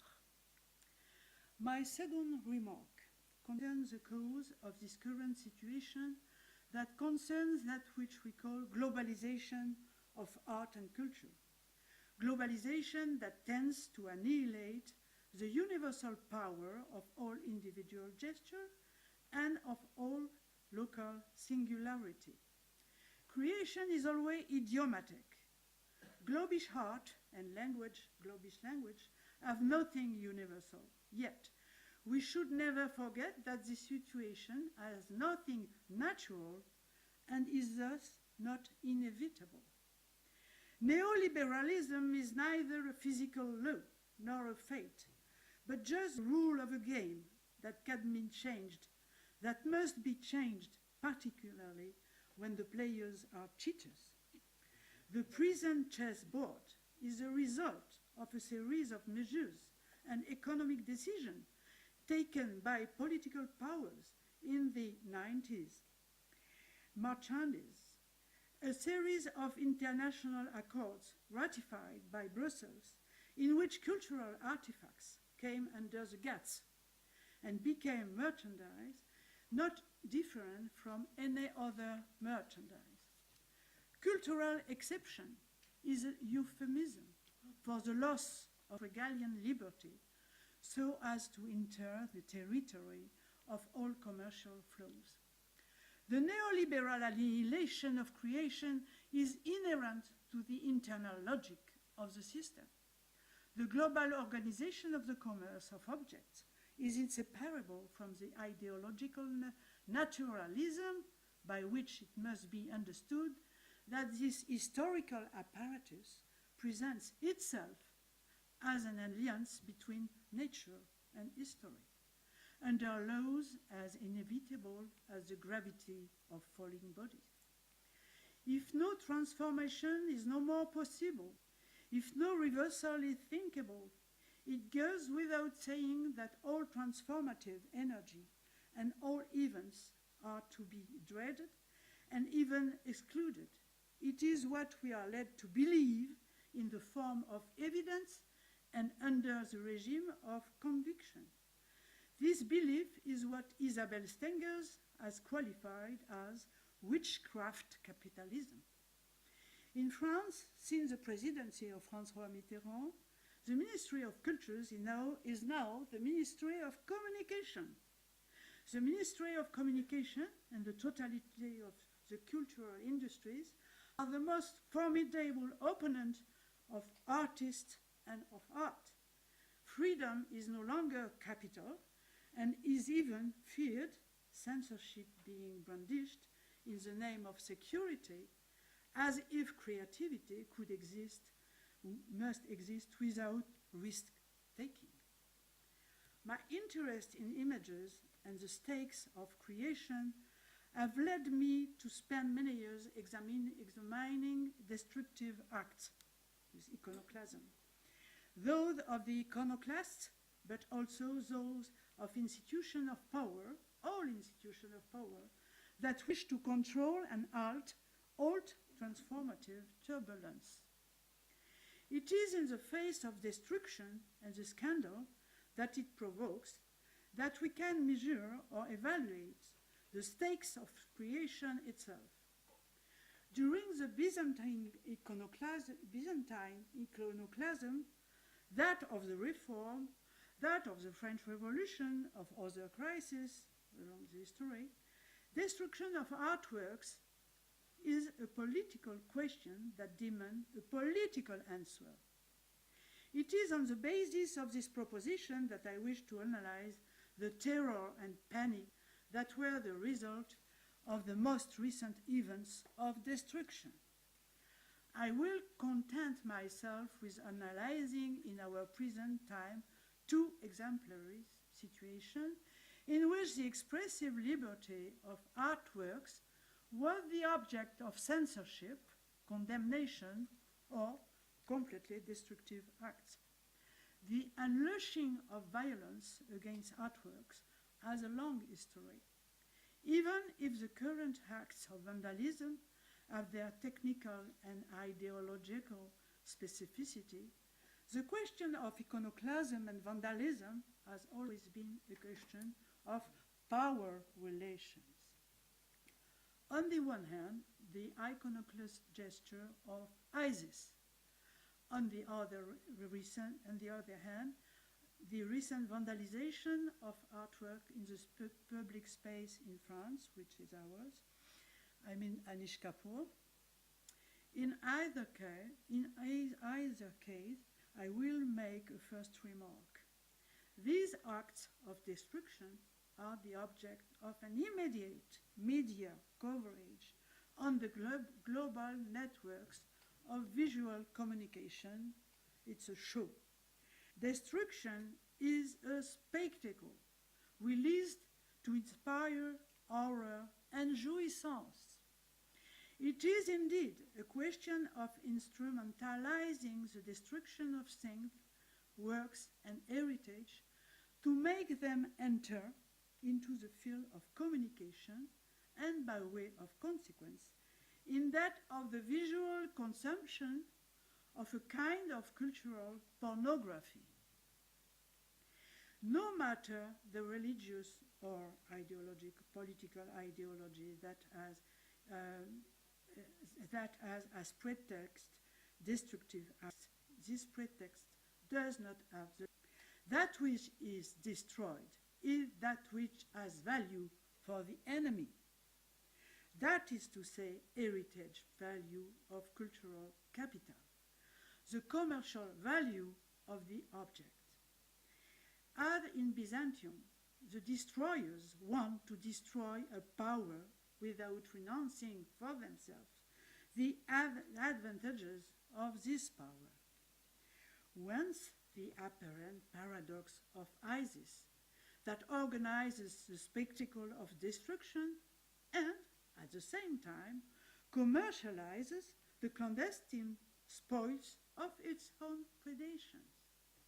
This ambivalence of the terrorists and vandals had as its points of departure the destruction of the Twin Towers on September 11.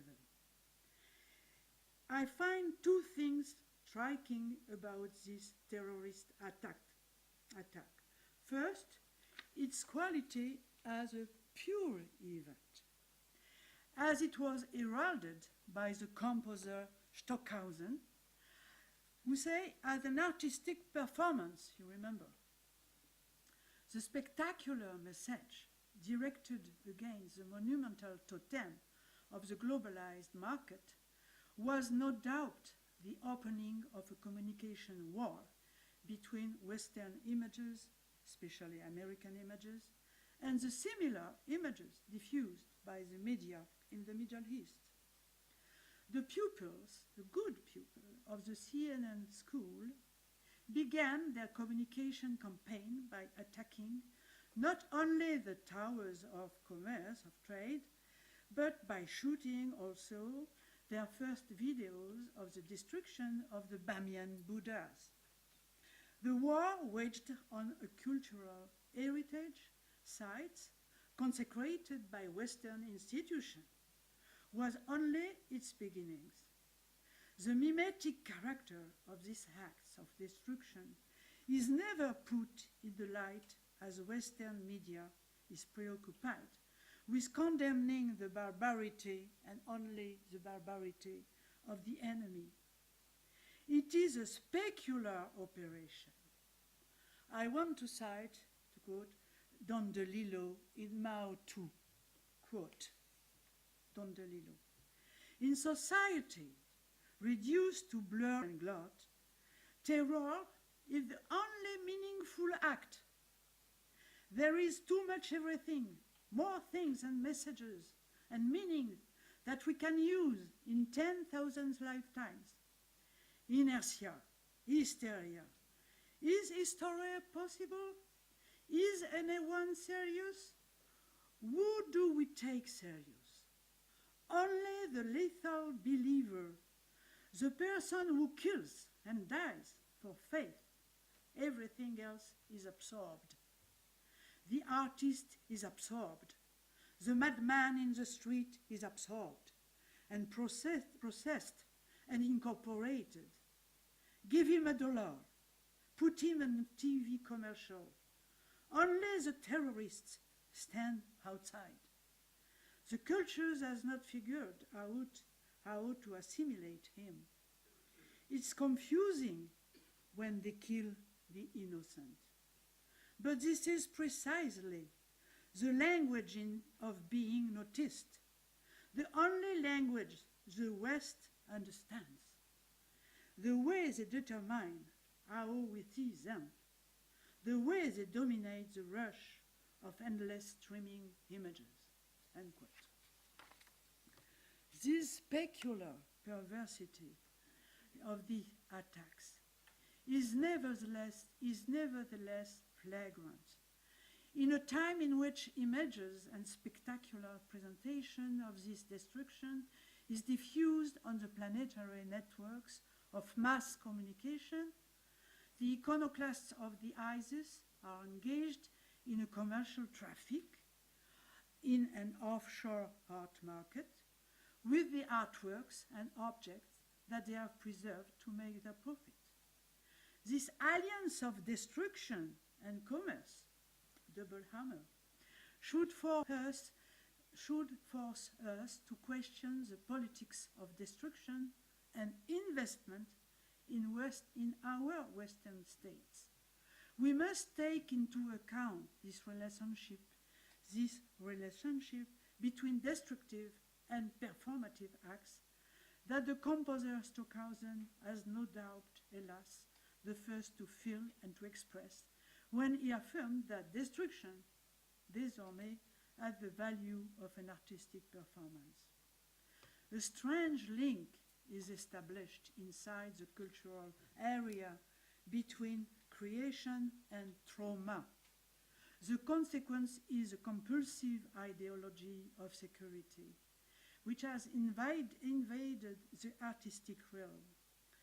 Fear and terror legitimate additional security measures that threaten artistic freedom.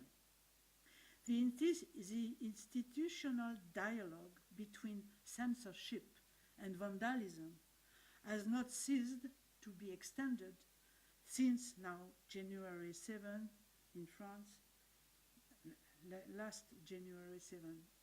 The massacre perpetuated at Charlie Hebdo mobilized the defenders of the freedom of creation and now justify the exercise of the worst censorship without reservation on the side of safety control of creation.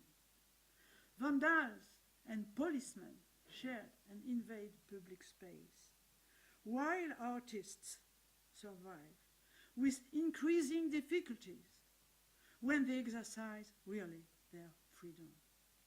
Under the pretext of preventing the destruction of that which is preserved only in the name of its market value, it is the freedom of the public itself which is sacrificed. It appears complicated. With difficulty, one must cite the perverse logic that articulates more and more closely two things that only are in appearance in contradiction. On the one hand, the destruction of liberty of all by means of the disappearance of artwork under the pretext of their protection, either by simply destroying them, and on the other hand, the exponential deployment of the market of these works themselves that are reduced to the state of merchandise in a commercial circulation, they say, that is less and less visible. Such is the case with offshore places where heritage artworks like that of contemporary art are stored and negotiated away from view, invisible. That is what is manifested in the war waged by ISIS in the double management of heritage in a spectacular destruction and invisible exploitation. Everything occurs as if in a sort of mirror-like specular exchanges operate between destruction, the art of spectacle under the sign of perversion and illicit. Deleuze illuminated this disjunction between the sadistic and the masochistic in order to insist on the fact that the perverse are never made to complete one another or to get along. It is that which allows us today to say that there is not a side of the executioners and that of the victims, but we are in presence of a power struggle between two executioners. I will complete this analysis with a second example, I announce, inherent to our world, that of a recent act of vandalism in France. On the artistic scene, we are witnessing a race between the insolence of artworks, said to be scandalous, and the scandalous gestures of the destroyer of the scandal.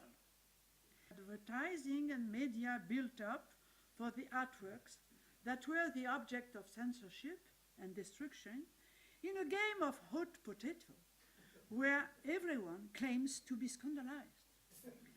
As Stockhausen presented, the destroyer's author, a creation to the point of troubling those that are charged with the repair and the erasure of this destruction.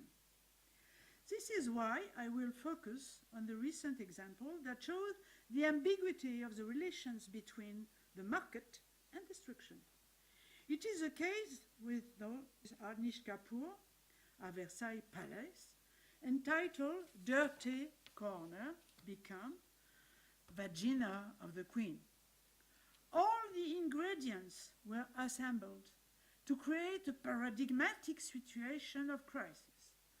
The work of Kapoor was installed in the royal gardens of Versailles, that is, at the heart of a heritage monument to monarchy and power. In fact, Versailles is a site venerated, visited in the name of history and art, but continues to be useful and used by the state power to receive aids of debt. Kapoor there installs an object of possible controversy, endowed with formal qualities that make him an artist of great repute, having of universal scope. This work was recently many times vandalized, several times, by hands of the most vulgar spirits, and on the most repugnant terms by anti-Semites and royalists. The cultural authority immediately posed the question of the protection of these artworks and artists in terms of police and military security. Anish Kapoor, legitimately traumatized and scandalized by this violence, first took the decision not to restore the work, but to the contrary, to preserve the traces of these acts of destruction, to keep in the collective memory the obscene and racist graffiti that covered the surface of his artwork. This decision provoked admiration, justified, as it was recognized as proof of political courage and as an active witness against all threats to the liberty of creation. In my view, things are far from being so simple. By preserving these traces, Anish Kapoor's artwork passes, or risks to pass, from the state of creation to that of the archive that does not elicit the same gaze of the spectator. The risk begins with the transformation of an art gesture in object of patrimony through its destruction, a fetishization of the traces, the perverse entanglement of three rhetorics of scandal: scandal inherent to the work, scandal of the vandalization, the scandalized experience of the spectators of the destruction. No more movement. The work is now risked, or has risked no more, to be immobilized inside the trauma. The critical space of different gazes of various words risks to be clouded. The reasons to come and see become ambiguous. The market taking hold of this palimpsest of scandals immortalizes the traumatic archive that enters as such onto the market.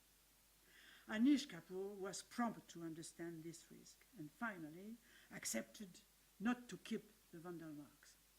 The restoration of the artwork restored its formal autonomy, but the decision to keep or to erase the sign of vandalization belongs solely to the artist in his relationship to the spectators of his works. However, it is a legal decision of the institution, cultural institution in France, that has inscribed this restoration in a legal context. Once again, the objective alliance between destruction and heritage appears in light of the evident contempt of the freedom of the artist himself. This provoked the curator of the exhibition to exclaim, "It is a world upside down." I would rather say no upside down at all, but to the contrary, in line with the logic of the heritage and its communication stakes. Nevertheless, what must be done, again, according to me, so that the restoration of the artwork not be an erasure of this traumatic history and event? For example, to film it, to film everything around this artwork and to record the words emerge, and not only the artist, but also the spectator's reaction, who came to see the artwork, to produce a manifesto, to circulate with words and gaze account and organize debates. This act of vandalism must become an archive with the specific means of an archival work. This was, for example, successfully accomplished at the 104 Contemporary Art Center in Paris during Brett Bailey's performance of Exhibit B, that faced the worst attacks, were then protected by the police and the army, while the spectators manifested a real desire to reflect, to share their emotions and the questions that were raised by the performance. We should no longer wait for cultural institutions or legal decisions to point to the proper usage of artworks and their distribution. We must ask ourselves, all citizens, what are the channels that remain for us to defend the freedom of creation, the survival of artists, our rebellion against violence, without which all transformative energy dries up and all expansion of our power to act is destroyed. It is, of course, a question of our continued ability to enter into political action. We must not ask artists to be better, to do otherwise. They must continue to fully exercise their liberty without being militant, but by taking all the risk that the simple creative act implies and offer us as a promise. It is for all citizens, the whole of the people to whom are addressed, that we must appeal to, whom we must construct the gaze, learn to speak about what we see, to discern in what increases our transformative power, and that tears us away from the lure of the natural inevitability of the system that confiscate more and more our inaugural energy each day, and that deprives of an imaginary horizon that I call our force of fiction. Only this force of fiction can nourish the image of a world where the destruction of freedom and power of market are only two faces of the same witchcraft. Last word, so I give last word to Don DeLillo again. Quote, "What terrorists gain, novelists lose. The degree to which they influence mass consciousness is the extent of our decline as shapers of sensibility and thought. The danger they represent equals our own failure to be dangerous. Without danger, I finished, there is no creation. And our common fight must lead us far from abusive power of safety reasons, police control, and censorship. A fight for the absolute freedom of all artists is our hope." Thank you.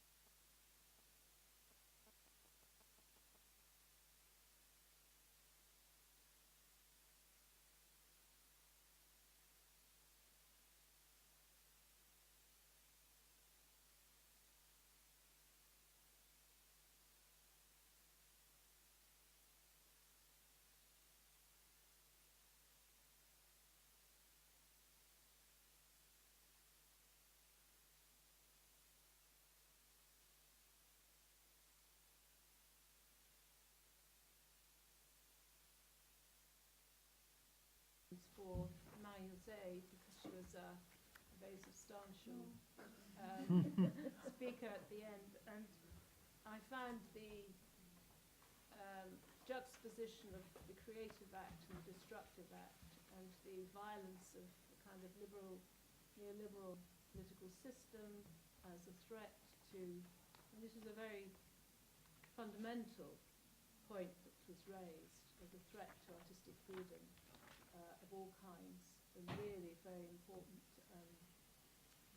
exposure of a political condition. And I'm sure people have questions for or you're stunned into silence. Sarah. Thank you very much indeed for your very passionate talk.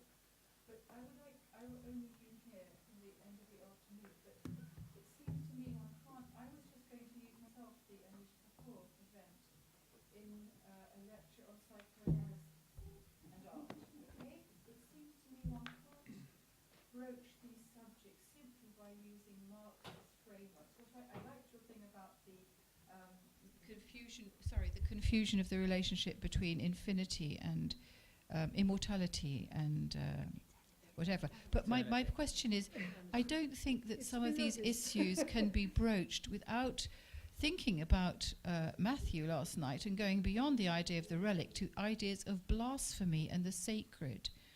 And also the fear that the idea that this represents the vagina of Mary Antoinette can create in an essentially conservative and Catholic country. It seems to me you can't just talk about the liberty of the artist / the liberty of the graffiti artist and turn it into a question of liberty and institutions, when there was something much, much more, especially as you've been talking about fear and terror, there was something much deeper at stake in terms of the reactions that this orifice basically evoked, and the orifice in Versailles evoked amongst the French populace. So I just wanted to, and obviously ideas of blasphemy subtend all sorts of other discourses on terrorism. So I just wanted to, I was thinking of Jules Moneret and L'Art et le Sacré.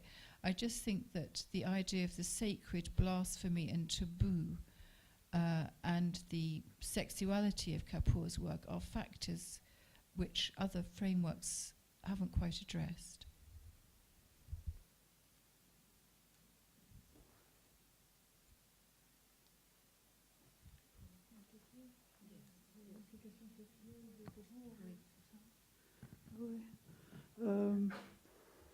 Of course, Vagina of the Queen, we can enter psychoanalytic explanation and interpretation, and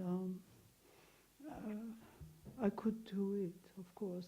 It was not my purpose. I just wanted to focus about the neoliberalism and the question of restoration or not, so I focus on this point.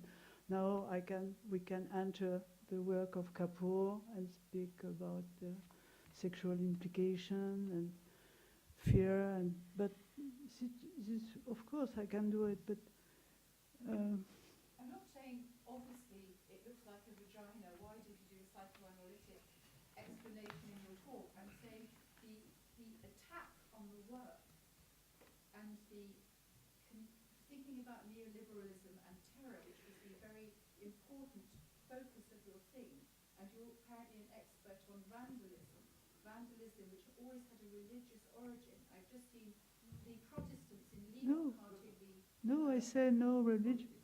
No, I say the problem is politics, it's not religious. I insist, I have said it, no? It's not religious. And I don't mind about the reason. One, it's because the vagina, the other because it's a queen, and the other because it is a government of Hollande, and never mind. I just was wondering about the reason the institution to restore or not the original piece.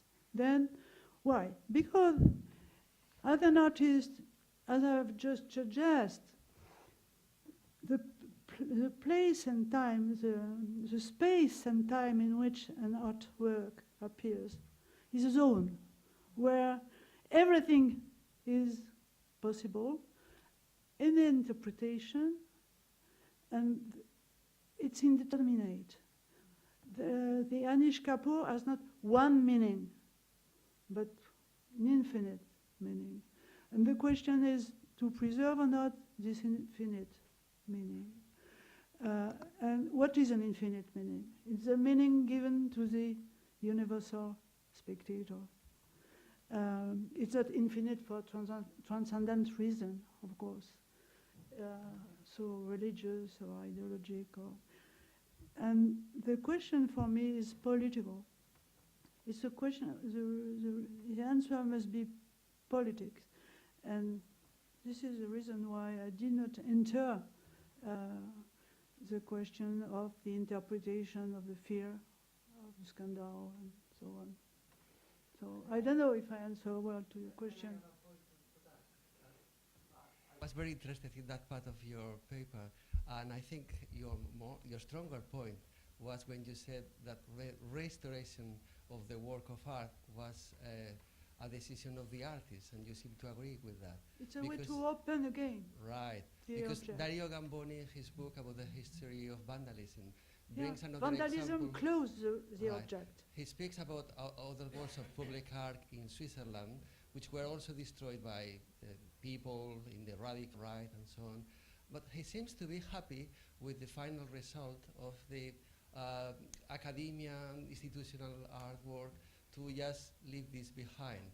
And you were stronger in saying that it was the decision of the artist. But I wonder, because when the artist finishes something and is put on public display in Versailles or in a national park, it belongs to the public, it belongs to the nation, it belongs to everyone, to eternity. So it's everybody's duty to decide about this.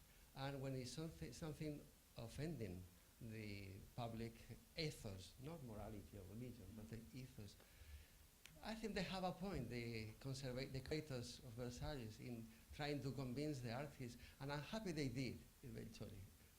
So I'm not so much agreeing with you, with your theory, your point of view, which is very courageous, no? Saying that the artist has the right to decide. But what happened if the artist had decided to stay against the restoration? It will be offending everyone. So I don't think that a work of art belongs to the creator. Will no more move. It will be immobilized. Yeah. But it's a good point. Like an archive. Can we move from Anish Kapoor? Yeah. Because there It's are not many multivalent Yeah. meanings in his work beyond the sexual, as he with political issues that Montaigne was addressing, and I think certainly many of our other speakers. And there was a question there. Thank you. I just wondered if maybe we could broaden the understanding of terms like violence and vandalism in the way that we have been using them here.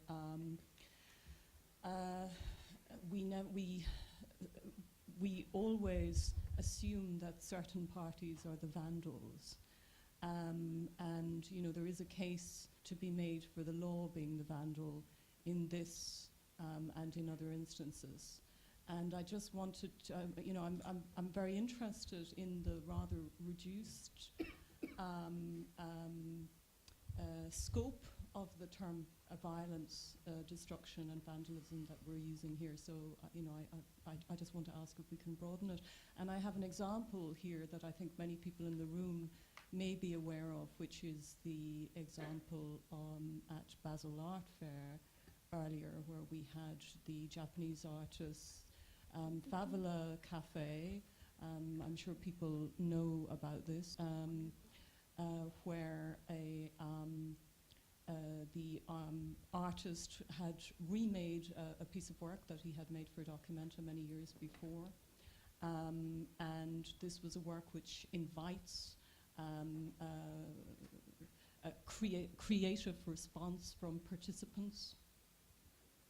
However, when the Favela Cafe was taken over by a group of artist activists who refused to stop partying at 11 o'clock and go home.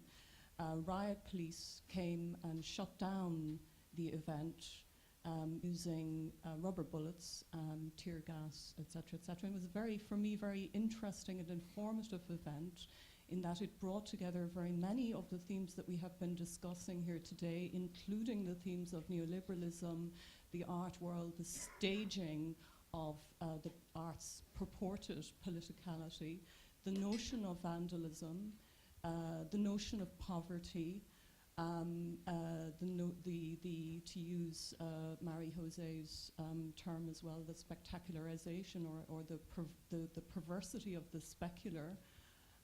It seemed to touch on all of these things. So I wonder if Marie José and perhaps other people might like to comment on any of that, really. So are we addressing the issue of censorship within the growing self-censorship of Western societies, where freedom is held as a talisman of a condition of the West, when it is actually being threatened from within by the wider political conflicts of the world? Can I just say? Nina, yes. Well, no, I thought you were really making a point about violence, right? I mean, violence, vandalism, yeah. the art world, Yeah. and where that violence lies in relation to Yeah. the the art world. Can I just give two really quick examples? Like, one thing I can think of that's really relevant to this is the situation in Iran after the revolution. Okay, so during the revolution you had some destruction of some artistic works as a political gesture, right? So the elimination of eyes and so on, and from the side of various buildings. After the revolution you have perspex placed over the revolutionary gesture. So you have, in a sense, a kind of double commemoration, like it's a memorial, or it's a remembering of the act of the revolution, right, in a sort of continued revolutionary sense. So the relationship between the destruction of art, let's say, and revolution is always in contention, right? Like this is not a thing to which you can give a set answer, if you see what I mean, right? It may be that the preservation of the destruction of the revolution is part of what the revolution is, and then it raises the very uncomfortable question for people about, well, to what extent are we prepared to destroy things in the name of a political idea or in the name of humanity? Like, what would we save, if you see what I mean? Like, why am I saying these images in a jokey way about like stealing police horses and storming an art gallery? You know, because I want people to think about what it might mean to for art not to be protected by police, by security guards, and so on, and to think about the relationship between the public, a new public, and art in a way that is potentially destructive. Yeah. And I think the second example I want to give is about the preservation of art objects, which is in Bosnia and Sarajevo at the moment. So the museum has no protection, there's no state protection wars, and there are people who literally guard objects with their lives and their bodies against people who are threatening to steal them, to sell to collectors. If you want to talk about the violence of collectors, there are people who would pay gangsters to go in, kill the guards to steal these precious objects, and people guard them because they are committed to the value and veneration, let's say, of those artworks. And I think I'm not making a conclusion, I'm saying these are two situations that touch on this question of violence that cannot provide a straightforward answer. Like, we can't simply say, let's be against censorship, let's be against destruction, you know. Yeah, I'd agree with that. And I think also that creeping around in this discussion is a profession of our own faith, in a sense. You know, when we insist on the absolute freedom of art, the transcendence of art, that artists are a special category of person in some senses, that, Kapoor's work is open to infinity of interpretation. I think it's all idealist's claptrap, frankly, and that we, need to think much more concretely about the political and climate of reception to which, these works are launched. And, I think some of what Sarah was saying was very important, because these scandals happen over and over again, and they happen when, quite conservative religious societies get exposed to, the sort of neoliberal art world, and often very pointed interventions which are supposed to cause scandal, you know, which are designed to cause scandal, and it's over and over again in Greece and Poland and in many other places. And so I think, you know, we should accept that artists are ordinary people trying to, you know, within a rather peculiar profession, trying to make their own way, and that we judge each case on its merits. And the idea that, you know, that art has some kind of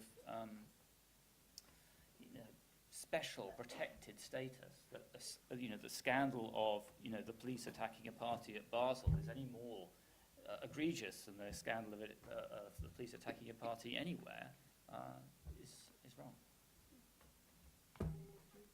Can I? Yeah, I mean, can I add to that a bit? I think there's a danger, though, there of getting the universality of freedom the wrong way round. So that to say that art is given special status, which is illegitimate, risks undermining the idea that freedom everywhere should be defended. I mean, by which I mean, you know, we talk a lot about freedom of expression and freedom of speech at the moment, and it's a live issue. But really, who really believes in freedom of speech, in the sense that, for me, freedom of speech is freedom of expression or speech for that which I most detest, right? Things that I most abhor, the opinions I most loathe, if they are not free, then, and if I'm not prepared to defend that freedom for them, for those ideas, then there is no freedom of speech, and I don't believe in it. It's quite simple. And the problem is that at the moment, you know, certainly Western society is having a bit of a, I don't know, some kind of moral crisis or loss of faith in this idea, in this talismanic idea of freedom of expression, right? Now, for me, freedom of expression is a universal good. It is qualitatively better than barbaric society or religious society or autocratic society. It is a product of a certain period in the West development. It is not culturally relativizable, right?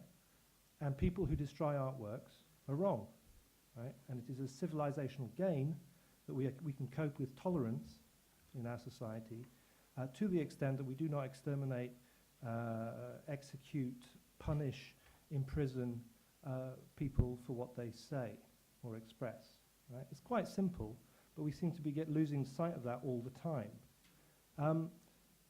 It's important also to notice that that freedom is being lost on the grounds of the freedom of individuals to act autonomously in the public sphere, right? And yes, as Marie-Josée says, it is being enacted in various ways. One of them is the terror agenda of preemptive safety.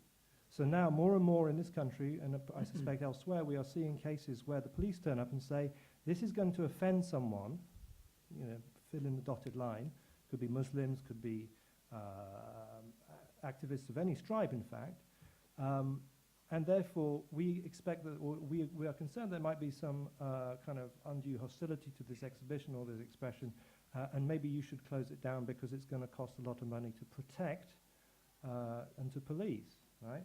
So in the name of public order, artistic freedom exhibit is being censored.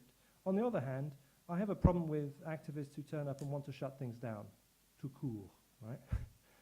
Just, you know, full stop.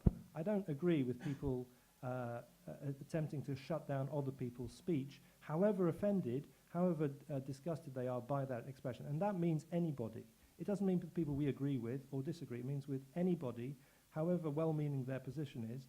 I disagree with the idea that they can close down the public's access to any form of expression. I do not reserve that right for art, by the way. I reserve it for, that freedom of expression should be for everybody. So the whole business around Exhibit B over the last year or so has been a very good point of that. Because certain activists felt that they knew best what the interpretation of that work should be, and also on top of it that it offended them, that was sufficient cause for it to be closed out or shut down or made so impossible to present that it was effectively censored. Okay, now I have absolutely no truck with that either. So there are some obvious issues there about the fact that we have certain kind of ambivalences at the moment culturally, some very serious ambivalences about the fact that we formally attach ourselves, our liberal societies, to this notion of free speech. But when it comes to the crunch, we're not really sure what it is we're trying to defend. Because in practice, we spend a lot of time closing down expression and closing down those ideas that we find are intolerable to exist in the public sphere. Just a point about public artworks in France and their vandalism, but this happens everywhere. Okay, you know, I'm not quite sure why it's always vaginas and penises, right? I mean, yes, I'm into public artworks. I think last year, if you remember the whole business of FIAC and the vandalism and destruction of the Paul McCarthy Christmas tree stroke butt plug inflatable sculpture, you kind of sometimes, first of all, I don't think that destroying artworks is right or good or even very clever. I certainly don't think that a society should condone it. The flip side is we should be free to criticize those artworks, right? What is this stupid artwork doing, right? In the Place Vendôme, yes. Well, yeah, of course, we could have some kind of liberal, slightly left of center discussion about how it introduces the phallic into, I mean, blah, blah, blah, blah, blah, blah, blah. And of course, at some point, you have to realize that also cosmopolitan left liberal, center-left liberal elite opinion is what governs and authorizes certain kinds of artwork. And you can also then realize that people, popular sentiment sometimes gets a bit peeved at having these things imposed on them, right? So that, it's not a great work, and we should be free to say it. We should be free to defend its freedom to be there, but we should also defend our freedom to criticize it to the point of destroying its reputation and its credibility as an expression. I don't see that that's a contradiction at all. We have amongst us people who are living in societies where there's less liberal freedom than we experience. And I wonder if there's any... I just wanted to comment on that because that's very important to me. I mean, I agree with you for the most part, but not everything, because I think it's absolutely necessary that the artists have a complete freedom of expression, and they don't have any specific rights.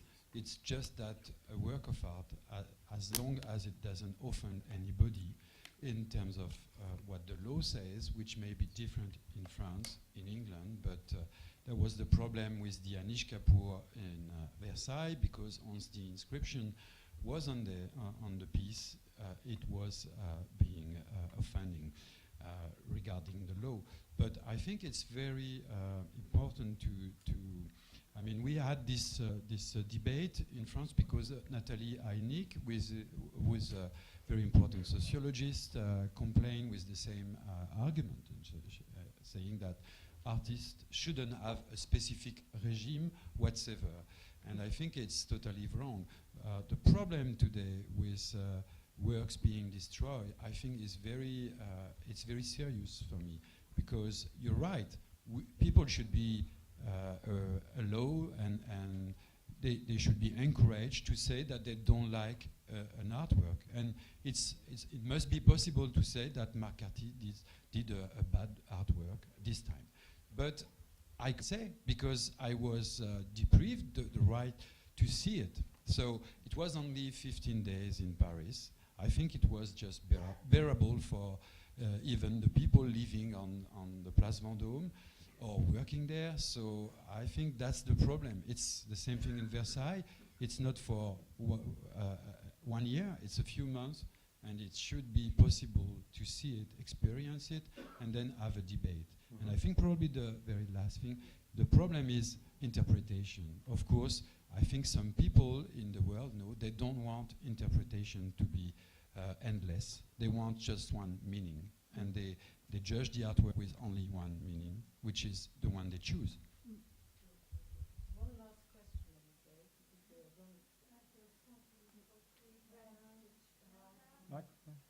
I think we've got slightly sidetracked by Yes. the issue of one work of art here.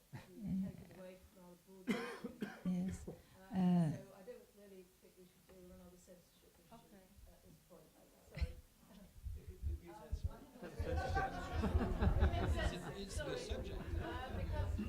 Because we have a bigger framework. I know this is very important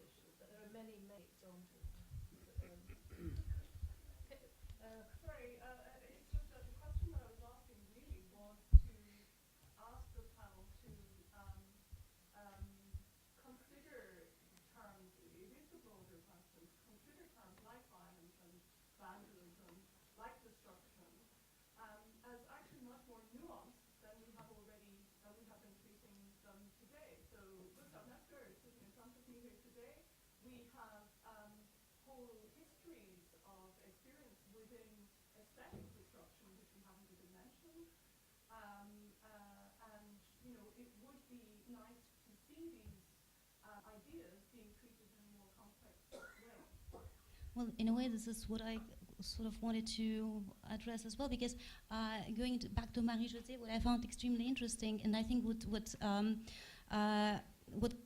concludes somehow this one of the overreaching concerns of the conference, and this coexistence between the spectacular destruction and the invisible exploitation of the artwork, because everybody was addressing the modes of visibility and invisibility of the artwork today, and in French we would say maybe a regime of visibility and invisibility. So artwork suddenly, which has always been created to be visible, becomes completely invisible, or has a kind of hidden existence in storage spaces, or artwork as a file, which Julian mentioned, so which has a completely different modes of existence.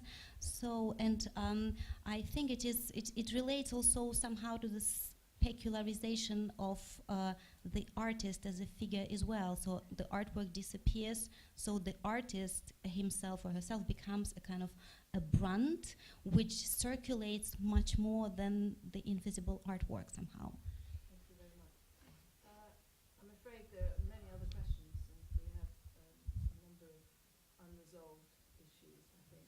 But I'd like to thank all our speakers and the floor for a very rich day, and we have something to end on, which is rather appropriate. A very distinguished French critic sadly died very suddenly, and because we have our French colleagues here, Raphael and Jean-Marc Pathos would like just to pay her a tribute, and I think pay a tribute to Antranche to conclude this conference would be a very good ending to the day. Raphael, thank you. And I don't know. Yeah, we have a PowerPoint if we can launch it. Yeah, it's the file says Antranche.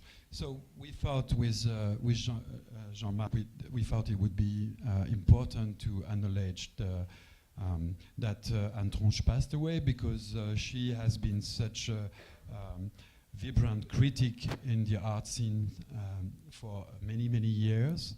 And maybe you are not familiar with her work, but some of you remember we just gave her the prize of the art critic prize of AICA France. So this is one of her recent book, which is really a kind of personal look at those years of the 60s. What's interesting with Antranche is that she was always very deep and very sharp in her judgment, and very personal too. She never followed any kind of trend, but really had her own ideas. And also she was very faithful to the artists she was following, and probably she followed them, for her whole life. So it's a shock for us in France, and we thought she was such a grande dame. We want to share this with you because you can still have access to her book, and I don't want to say more, just have a moment to look at her books and her work. I don't know if Jean-Marc wants to, it's okay? Yeah. She was very involved in les archives de la critique d'art since the beginning, and she also was very involved in AICA things, of course. She's been a treasurer, but okay, so take the time to read her work. Thank you. Thank you very much. Thank you, everyone. I just want to say some thank yous. We have a congress extending over a week. This is just the main day, our symposium. And I would like to thank Jules Sheridan, who has organized all the practical details. And the people who actually handed your badges, your bags, and who've taken all your money, Jack Butcher, Daisy Bradley, and George Brody, and also our AV support person. They're always buried away in a dark corner, you've never seen them, is John Peveril. Thank you very much, John. Thank you, everyone. As I said earlier, the day has been recorded, and thank you to Tim Knights, who's filmed, and there will be a kind of snapshot. It won't be Ben Lewis expose of critics at large, but there should be a film arising from the day, and we hope to publish the papers. So those of you who've not followed everything because of language, you will be able to read, finally, the proceedings of the day. And to thank you, all our speakers, for your commitment and giving us much food for thought. Thank you very much indeed. Well, we should thank Marjorie too, Marjorie and Jill and their team. They did a great job. And that, upstairs. Yeah. Oh, okay. It is. We're just past our time. We'll go upstairs now to the